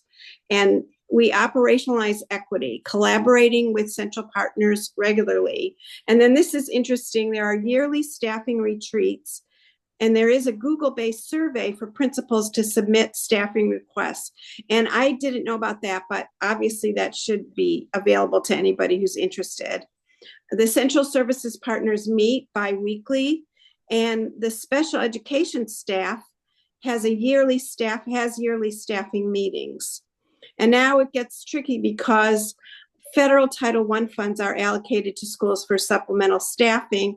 And then I have some bullets of a list of what the federal Title I funds go to. And we don't really know at this point, I guess, what the state or the county will be getting in terms of federal dollars. So if you switch, I can give you an overview. The current budget that we have is $1,760,000,000 over that dollars allocated to the schools, and the proposed budget is an increase of about 10% to $1,936,595,670. And I would note that this amount is about half, 53%, of our total proposed budget for all of MCPS. So, which is, as we've talked about, $3.655 billion. So I was surprised to see that only half of this huge budget is really going into the schools, into the teachers and the needs of the schools. But this is, where we are. So the positions, I went through the administrative and business operations admin. Pretty much the budget stays the same. There's an increase in staff, and supporting service positions also are increasing. And then other salaries is increasing too. There's a section called line item, other salaries, moving from $79,236,442,000 to $186,693,394. So that's an increase, more than doubling this budget line, an increase of 136%. And I couldn't really figure out what other salaries means. And really, there's no text to support the tables and charts that we see in this budget, which is different from years past, where there would be explanations and text to support the budget line items. And the largest increase is for something called other non-position salaries, which it's a 500% increase from $18 million to over $124 million. And I really couldn't figure out, and I called some people who are familiar with this MCPS to find out what other non-position means, but none of us really could figure it out. But it's a huge increase. And again, I would really urge that the budget go back to the way budgets used to be, where there were texts, and there was text that would support what the increases in the line items, because, we are the taxpayers, as Esther keeps saying, and we need to know. So maybe I'll have you pause there, Paula. I see Ms. Sure. Alfonso Windsor has her hands raised. Maybe she could provide some color around your question. Great. Thank you. Yes. And so let me just provide some additional information in terms of the amount budgeted in Chapter 1, which is the schools, and around the 124,000. So we're working on this, but that amount, the $1.9 million, does not reflect the benefits portion. Exactly. Right? Yes. That accounts for, all the salaries included in Chapter 1. Additionally, there's another piece, which is our building service staff, our cafeteria staff, and so on. They are reflected in other chapters, and they are supporting directly, the needs of our students. So that's another piece of the budget that is funded directly for schools. The personnel is at the schools that is not reflected there. So that's a piece of it, obviously. And then the last but not least, I do want to clarify around the 124,000. Because we do not have, when we publish the budget, we're still working with our associations around our agreements. That is where the placeholder, the way the budget is set up, the system, the placeholder for our salary increases is reflected under other non-position salaries there. So that's why you see that huge increase. Once the agreements are finalized and we're able to, move the budget and spread it through all the positions, then you will see it reflected differently.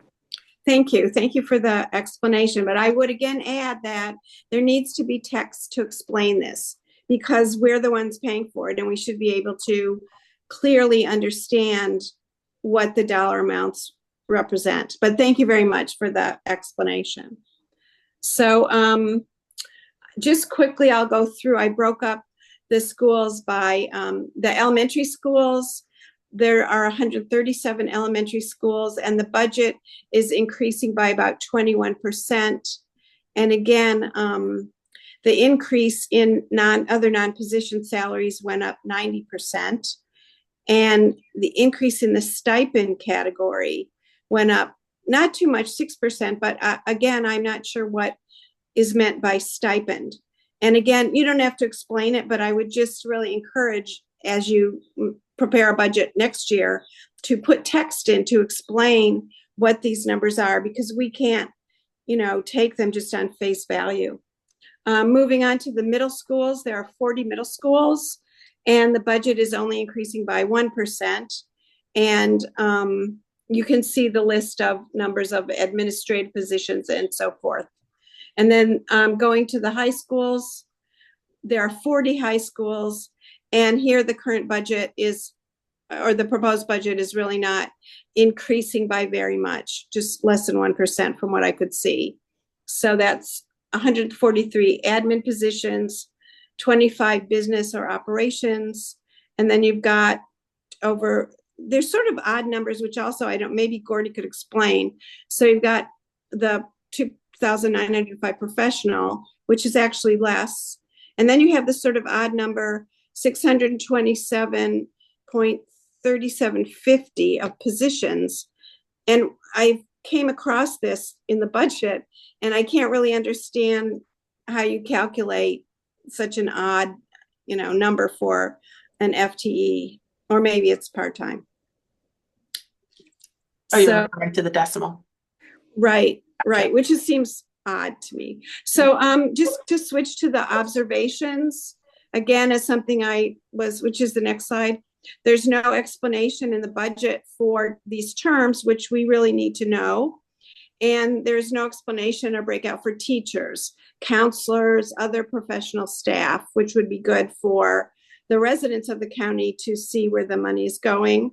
And as I said, there's no text. And I know this is something that we talk about, we don't really know, but there's possible decrease in federal and state funds, and the issue of the grants is not addressed. And then for people who are watching, the virtual academy is still zeroed out, even though so many people rely on it, and it does such a fabulous job. So thank you. I don't know if there are questions. So I do not see any hands raised or questions in the chat. I do see there was a comment, line 30, from R. Sosna. Athletic field maintenance, if MCPS does not have enough funds, could booster clubs assist with repairs and upgrades to sports fields? Many schools still have grass fields, and these fields require a lot of time and attention. All schools should have safe, playable fields. My kids have had home games moved to other schools in the county due to poor field conditions. Thank you for that. I would say I can answer that. I mean, I haven't followed the turf fields lately, but I believe in many schools, the booster clubs do raise quite a bit of money. But then you run into a question actually of equity, because then you have schools that are in wealthier neighborhoods having really nice turf or artificial turf, and then schools where the parents can't really, or the guardians can't really come up with the bucks. It's a completely, not a good system, I would assume still. Thanks, Esther. Thank you. Okay, so we are less than 15 minutes out, and we have 4 more topics. So we're going to move fairly quickly here. Sticking with you, Paula, for Chapter 5. Thanks. Okay, so this is Chapter 5, and lines 36 and 37 on Table 1A, the equity and organizational development. So again, the mission of the Division of Equity and Organizational Development is the lead component of the school system that outlines specific deliverables and action steps in response to the findings from the anti-racist system audit. And I don't know how many of you were part of the anti-racist system audit or filled out the surveys, but it was a very big push put together over the last few years. It manages accountability for professional learning programs, supports equitable opportunities for students, provides equity-focused consultation for curriculum. It reviews the people in this department, review curriculum or curricula and assessments. And there's a commitment to raising student achievement, closing the achievement gap. It drives school improvements and implements the strategic plan. So the next slide, please. Here are the specific tasks for the division: to develop comprehensive equity strategy, review research-based programs, they conduct strategic analyses, they develop quantitative goals, coordinate professional learning, and develop short and long-term plans. And again, they've developed an equity scorecard which aligns with the strategic plan.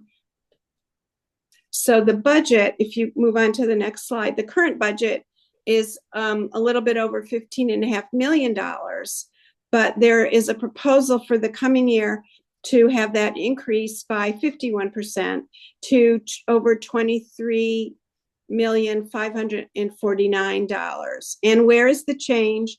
The change is an increase in this division of staff, professional staff, from 46 to 71 positions. And the insurance and employee benefits that correlate are raised over 85%. And there's also an increase in what's called other system-wide activity. Again, another phrase that we really, as residents don't know what that means, but it's an increase of 40%. So the last slide, this is what I would say as observations. There are very specific tasks, but there are no metrics and there are no goals to be achieved. And here are a few developments or tasks. Develop short and long-term plans, but there is no listing of how many plans were developed, completed, or distributed in FY25. And there is no statement on how many plans are expected to be completed in the proposed FY26 year. And I will say, as somebody who's been in the budget Palooza, I think Janice said we started it in 13 years ago. The budgets would have a sidebar that would say, last year we completed 12 reports. We anticipate in the coming year we will complete 13 or 14 reports. There were some data that you could use as a guide, and we need to know that stuff. So Dr. Taylor and Ms. McGuire, the residents need to know and the taxpayers need to know. Another task, implementing the strategic plan. Again, what are the tasks or steps to implement the plan? We don't really know. And then this other one, close the achievement gap. And as I wrote, we've had this as a goal in our school system and countywide for over 30 years. But there's just a statement, we're going to close the achievement gap, no metrics, not even any steps or aspiration how to complete this. And the last one is develop quantitative goals. And again, there's no explanation, there's no metrics and no accountability. So I would really urge you, if you're reorganizing this budget or for next year, we need some data. As Gordy, I was always hammering on this, but I'll add, we need to see the data. Thank you. Thank you, Paula. And any questions or comments, please raise your hand or put it in the chat. I did see Essie McGuire updated to say that the budget document, Table 1A, will have updated exhibits that help provide additional context and details for each line item. It will be posted online tomorrow, so we can definitely check back and be able to rely on that data for additional details. So thank you for that. And then Janice provided a response to the prior comment about artificial fields, that it does require a lot of time and attention, and MCPS has had some artificial fields with major failures that were unusable and where students were injured. And then I saw Betsy mentioned a shout out to Adam Pagnucco for his Montgomery Perspective article on MCPS budget. So please check that out. And then, Dr. Taylor said for Chapter 5, increase in staffing for this department is actually a reallocation of professional learning staff from other departments, which were reduced. So thank you so much for that. And again, we're a little over 5 minutes out, so we are going to continue on to MCPS Department of Transportation. And so over to you, Janice. Kick it off. Okay, let's go here.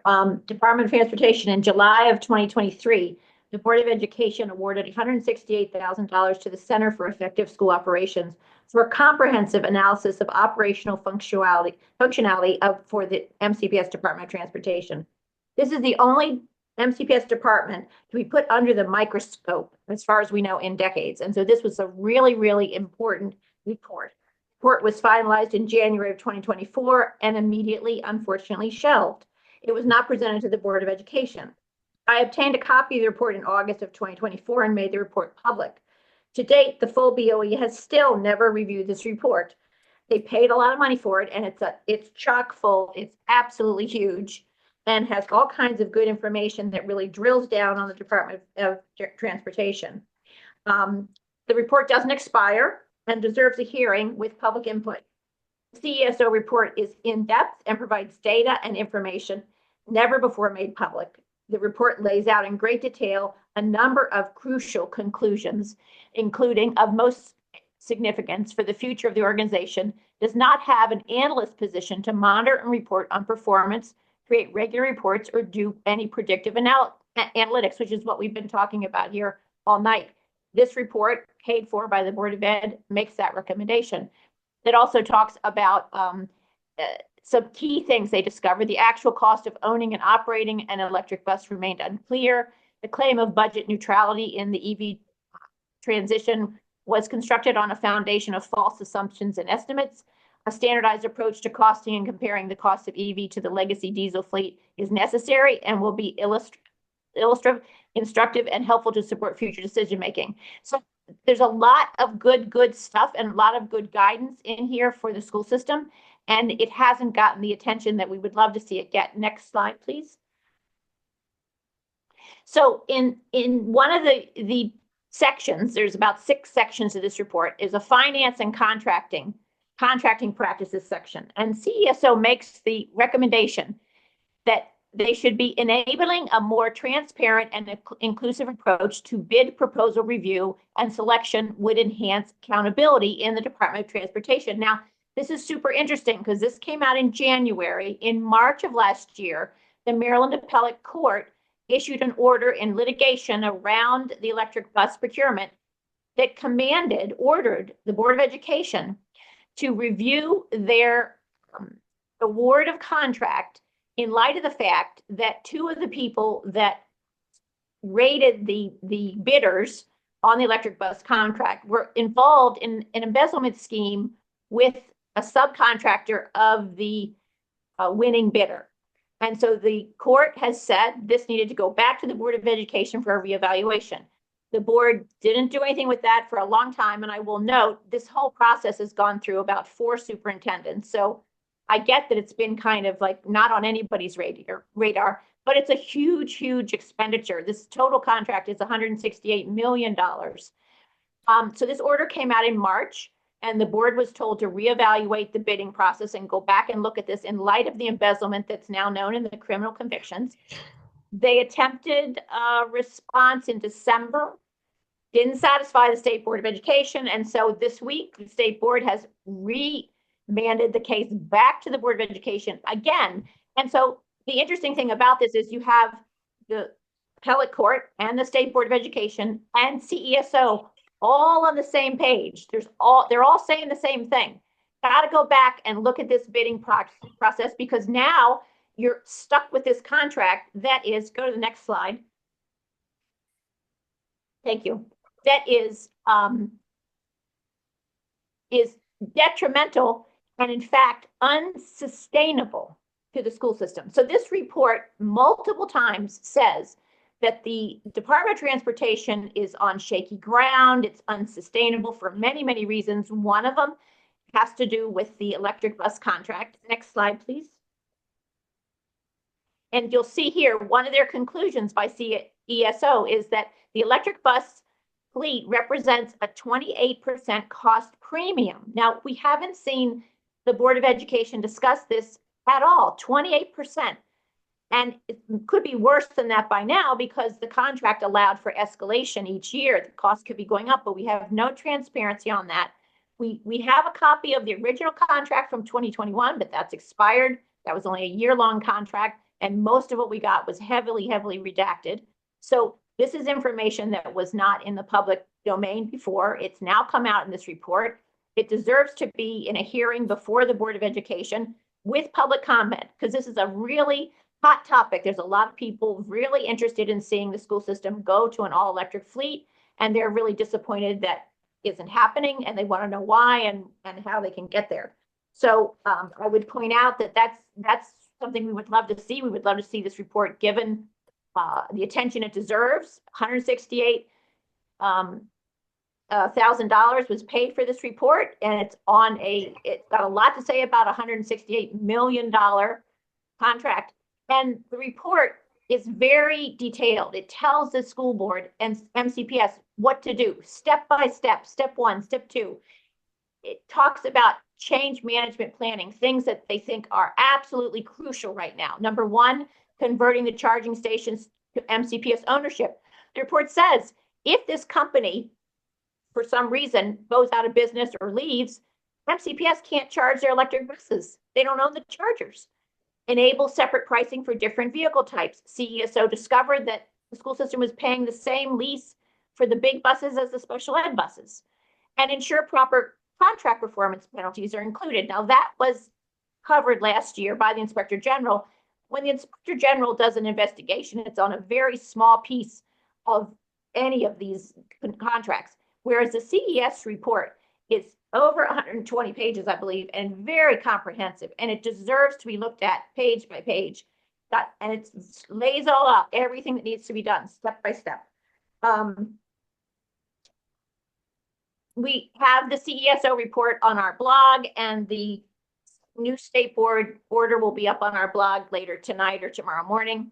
So I would encourage you all to take a look at that and advocate to the Board of Education to take a day, take public comment, and go over this CESO report page by page. Okay, you want to move me on to? Awesome. And so I just want to provide feedback from the chat. Dr. Taylor, as mentioned, I am delighted to report that the Board of Education has fully complied with all judicial and state board orders. MCPS has also dissolved our future relationship with Highland EV bus provider after fulfilling of pending orders. And then This is a court order from 2 days ago. This just came out. So if you've complied with it in 2 days, but I don't have that. Obviously, I got this from the state board today. And the electric buses are leased. So as long as you still have Highland's electric buses, I'm assuming you would still have a relationship with Highland. So unless something else, and again, let's put this before the Board of Ed, have a hearing and let everybody know what's going on, because we don't have any information. Thank you for that. And then Joan Fiddler said, over and over during this budget palooza, it is quite evident that the school system needs an independent, dedicated inspector general for MCPS, while watchdogs such as MCTL, MCCF, and Parents Coalition can point out issues, problems. We do not have the authority to affect change. So thank you so much for that, Joan Fiddler. And as we know, MCTL has provided comment on state legislation bills this year that has requested exactly that, an MCPS Inspector General, whereas current system has the OIG within the County Council Education Unit. And so we are out of time. If you have a grace of 3 more minutes, please indulge us. And we are going to quickly go over to the Saturday school, and we will quickly wind down. So I wanted to talk about Saturday school for a minute, because this has been in the budget for a very long time, but it was not disclosed. So MCPS for decades has been funding a private school. They've actually given the school a wing of Sligo Middle School. They give this program buses. Principal was paid out of the MCPS budget. And all of this was going on for decades, but not disclosed in the budget. So over time, this eventually has come out. But what we have ended up with now is a tutoring program that is getting a lot of public school funds that could be going to classrooms. It's no bid. Nobody else gets to compete on this contract. There's no evaluation or return on the investment. And there's no comparison with other tutoring programs in MCPS in the county. And there are many others that are funded by the county, and there are private ones as well. So just want to point this out. This is something where we didn't have transparency. We're starting to get some transparency. It's coming out, but being able to dig into the budget is important, because we really should be able to say whether or not this kind of program should be our public school classroom money. And one of the issues where this came out was, for many, many years, the Saturday school denied access to the program to students with special education needs. And so that started coming out in forums, and then it was realized this was being funded by public dollars, and supposedly they've made changes. Okay. And I just wanted to add anecdotally for that one, because I am a proud parent of 2 MCPS students that takes advantage of the Saturday school, and it is a great program. As I mentioned, one of my son is part of special education MCPS, and so the Saturday school has done a really good job. I think this year they're up to maybe 12% of their population of students are special education students, and so it has been a great program. But I do agree with you, as a taxpayer, it's always important to have evaluation of these programs. The cost benefit, I think, is there as a parent. I think finding ways to find the academic return on investment and just putting metrics in place so we can really demonstrate that the continued funding of this program, in my view, is warranted at the current cost to parents and families. But I will just follow up with in the chat, how much money is the new charter school getting? Because that's a good analogy to talk about the charter school. It is in the budget as zeroed out, budget neutral. Right. However, the last time we saw budget neutral, that was on the electric school buses. So let's check that out. And my last piece is on legal. There we go. Just want to quickly point out, the Board of Education MCPS have in-house legal department of 14 employees, 8 of whom are lawyers. The FY25 budget for in-house counsel was $2.7 million. And the Board of Education has 13 outside law firms that they're paying. And according to, this is actually should say FY20, I think, was that 2024? Maybe in 24, the Board of Education for the last year I could find paid 2.7 million to the outside law firms. So total, it's over $5.4 million a year in legal fees. And this was an issue many years ago when the school board was supposed to tighten this up and make this more concise and have better use of their inside law firm. But next slide. And this is what this current budget shows for legal services. It shows 3, 4, 5 positions. I didn't find the rest of the positions, so not quite sure. Again, when Paula talked about text explanation, not sure why this only shows 5 positions. Next slide.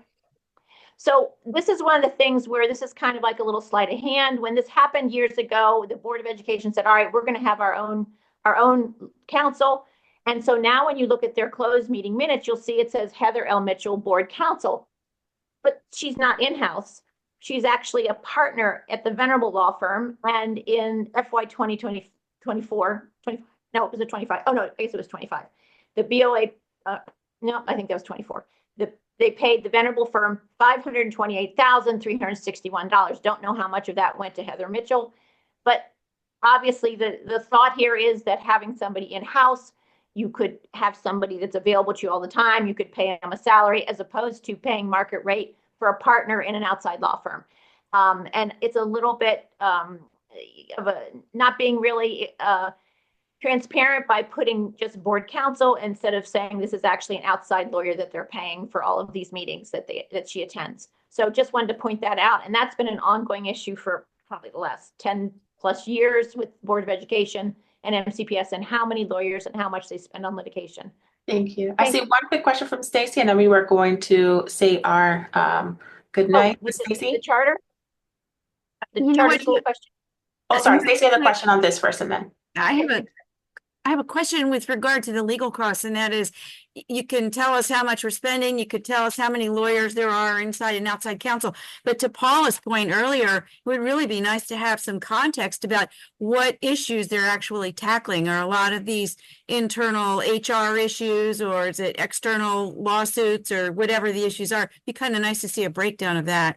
Yeah, and right. so oh, go ahead, please. I'm sorry, I was just going to say, and so that's been one of the things, certainly with the Vitalman scandal, we saw a lot of disorganization. We didn't have good coordination between in-house and outside.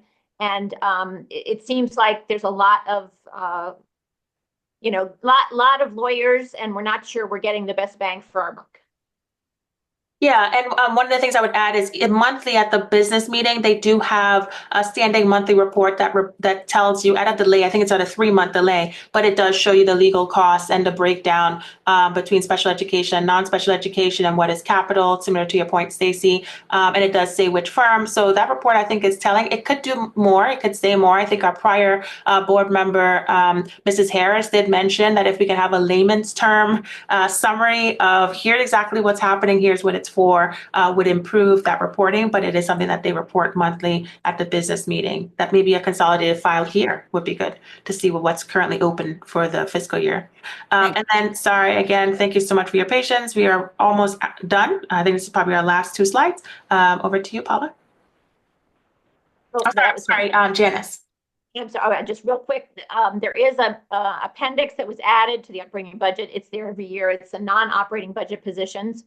A lot of questions about this, and I would note that in other public school systems in Maryland, they don't do this. These are actually a lot of positions that are being paid for out of the capital budget. This Appendix E only shows number of people and doesn't give a dollar total. So it doesn't tell us how much of our capital budget money is being spent on people. And as I said, in other school systems in the county, in the state of Maryland, they don't do this. All their people are in the operating budget and the people's budget. So I just point that out, and there's been changes to this appendix, so it's hard to compare it to past years, but I just throw that out for discussion. And there was did we say about the charter school? Because there was a question about the charter school, and yeah, we said yeah, we said that. Okay, got that. Thank you, Esther. Okay, and so yeah, if anything else comes up, let me know. But final thoughts, so improvements. This you can see here a listing that we can email over to MCPS on future ways to improve the user friendliness of our annual FY operating budgets. And then here, next steps in terms of call to action. Again, please take note here that the next steps for the budget is to do some advocacy work. This is the timeline from MCPS. And right now, this is the next item on February 28th. The BOE, which is tomorrow, Board of Education will transmit the tentatively adopted budget from the Board of Education over to the county executive. He will incorporate that into his budget to include like the police department and all these other DHHS, send it over to the county council on March 14th. And then we will get into budget season. So that's when your advocacy would be important with the county council. They will have a bunch of public hearings where information on the budget, we want to do some advocacy work for you to really stress the importance of ensuring our students have what they need and our superintendent and schools have what they need to have a successful year to improve those those literacy and proficiency levels. And the budget process needs to be completed by the end of May from the county council perspective. And then if MCP is not funded at 100%, like we alluded to, which historically they have not been, then the budget will go back to the Board of Education and MCPS to figure out how they can balance and reconcile it out. And that would happen in June. And so here, again, this is coming from MCPS. These are ways that you can reach out to your elected officials that will be up for re-election in 2026. So we want to advocate for what we need for our families. This is the county council. Right now, the budget isn't final for the state. So you can reach out to these members in the General Assembly to tell them to fund MCPS with the state revenues. And then here, this is the county council. Again, we will tell them for local revenues to fund MCPS. And you can take a screenshot. This is recorded, so you will have it available as well online very soon. And then lastly, thank you to everyone that has helped us pull this together for this year for the Budget Palooza. Thank you so much again to our elected and appointed officials for attending. Greatly appreciate your contribution and your time and all the hard work that goes into supporting our students and really ensuring that taxpayers understand where our funds are going and that we can have some metrics in place to improve the outcomes for our students. So with that, I thank you so much for your time tonight. I hope you enjoy your evening. Thank you. Bye. Thanks, Esther. Thank you. Thank you. Yeah. Thank you, Esther. Thank you so much.